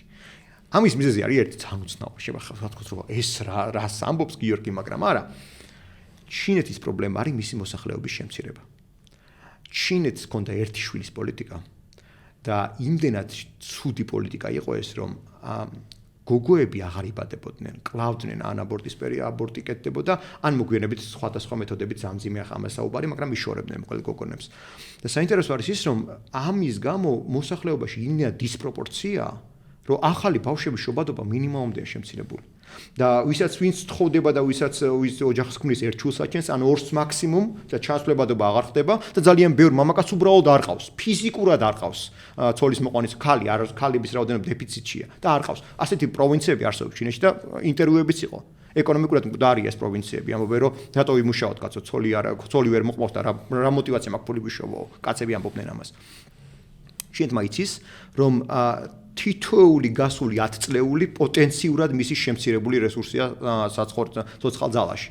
ამიტომაც არის რომ ინდოეთმა გადაასწრო ჩინეთს რაოდენობრივად. და ჩინეთმა იცის რომ სანამ ჯერ კიდევ მისი ეს შობადობა, არსული შობადობა 90-იანი წლების და 2000-იანების შობადობა კვლავ არსებობს, მათი გამოყენება მოახდინოს დიდ ომებში, იმიტომ რომ მე ეს ადამიანები დაბარდებიან და ახალი თაობა რომელიც წამოვა, იქ ახალგაზრდების ძალა, რაოდენობა ბევრად მცირეა. საუბარი არის ათობით მილიონობით ადამიანით მცირეა, ვიდრე დღეს არის. ჩინეთი დგას თავისი ცოცხალი ძალის გამოყენების პოლიტიკურ ნებაზე. ეს ერთი შვილის პოლიტიკა იყო მეორე მესამე შვილზე გადასახადების გადახდა უწევდათ. თავიდან იყო რომ არ შეიძლებოდა საერთოდ. გადასახადების პოლიტიკა. რა თქმა უნდა, თუ გააჩენდი რა მოხდებოდა? არა, დაგაჯარიმებდნენ ხო ძალიან მძიმედ. დაჯარიმებაზე კიდევ რბილი ნათქვამია რა, მაგ პერიოდში არსებობდა მეთოდები სხვადასხვანაირი დაშვის, მათ შორის იყო ასევე საკონცენტრაციო ბანაკები. მაგრამ შენკო მოიხსნა ეს გახდა ორი შვილის პოლიტიკა. მე ვთქვეს რომ რამდენიც კიდათ ყავდეთო. ახლა რეალ რეკლამები ხდება რომ შვილი ყავდეთო. იმიტომ 90-იანი წლებმა ტენდენცია ძალიან კარგად გამოაჩინა რომ ის ბუმი რომელიც ეკონომიკურ ბუმთან ერთად მოვიდა ჩინეთში, ხო? ბავშვების ბუმზე მაქვს საუბარი. უცებ გაჩერდა. აი 90-იანების ბოლოს ბავშვების შობადობა დაეცა კატასტროფულად. იმიტომ რომ ეკონომიკურად გამდიდრდა ქვეყანა და ვთქვეს რომ აღარ გვჭირდება უკვე რა, ამაზე ზრუნა რომ მოდი რა ერთი შვილი ყავდეს და ერთი შვილი როგორ ცოცხალი ძალა, კაცი იქნება თუ კალი იქნება. ამიტომაც ეს გამდიდრებულმა მოქალაქეებმა გააჩენინეს ეს ვთქვათ ერთი შვილი, საკუთარ ეს ვთქვათ ერთი შვილი გაუჩნდათ ოჯახში და თქვეს რომ მოდი ამ ერთ შვილში ჩავდოთ დიდი ინვესტიცია, აი ეს ერთი შვილი ყავდეს ყველაზე მეტად წინ წამოწეული, მე რა რომ მოიხსნა უკვე ესე ვთქვათ შეზღუდვები და მოდი ამ ერთი შვილი როგორც ტრადიციულად უკვე არსებობს ისე იყოს. ცნობილი ამბავია რომ ტრადიციის შეცვლა ძალიან რთული ამბავია. მით უმეტეს ეკონომიკურად უკვე წამოწეულ ქვეყანაში. კარგი, ბოლოს შევაჯამოთ რა სცენარებიც მოიხილეთ, რომელი გვაწყობს ყველაზე მეტად დარჩეს ამერიკა, უკრაინის თავდამხმარეთ და ევროპის და ასე გაგრძელდეს როგორც იყო. თუ ევროპამ დაიწყოს გაძლიერება, მიუხედავად იმისა, ამერიკა რას იზამს?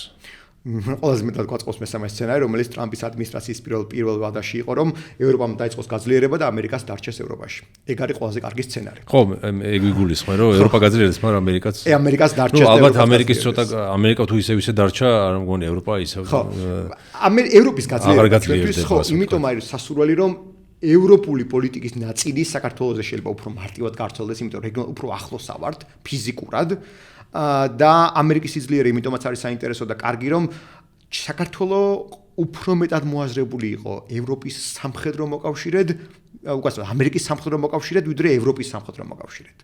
ამიტომ უსამხას რომ თუ კი საქართველოს იქნება, ასე ვთქვათ, საქართველოს სასურველი სცენარი გამიჩნდა, იქნება რომ შეიძლება ევროპა ძალიან გაძლიერდეს საქართველოს კვლავ დარჩეს ამერიკის ინტერესში და ამერიკის მოკავშირედ და ევროპამაც ძალიან დიდი ინვესტიცია ჩადო საქართველოში. ეს იქნება იდეალური სცენარი. მაგრამ ამის შემდეგ თუ ეს არ განვითარდა, რა თქმა უნდა, ევროპის სისუსტე ჩვენთვის ყველაზე დიდი უბედურება იქნება. ევროპა არის ევროპის სიძლიერე ჩვენთვის არის ფუნდამენტურად მნიშვნელოვანი, იმიტომ რომ რამე რომ მოხდეს ევროპა ფიზიკურად ბევრად ახლოს არის და შესაბამისად მისი ინტერესებიც უფრო ახლოს შეიძლება იყოს ჩვენთან, ვიდრე ამერიკის, რომლის გეოპოლიტიკური თამაშებიც უფრო მრავალფეროვანია და უფრო კომპლექსური არის მთლიანობაში. ხო, ანუ შეგვიძლია ვთქვათ, რომ კი აირია ხალხო სიტუაცია და გაურკვევლობა არის, მაგრამ უკეთესად დაალაგების შანსი გაჩნდა.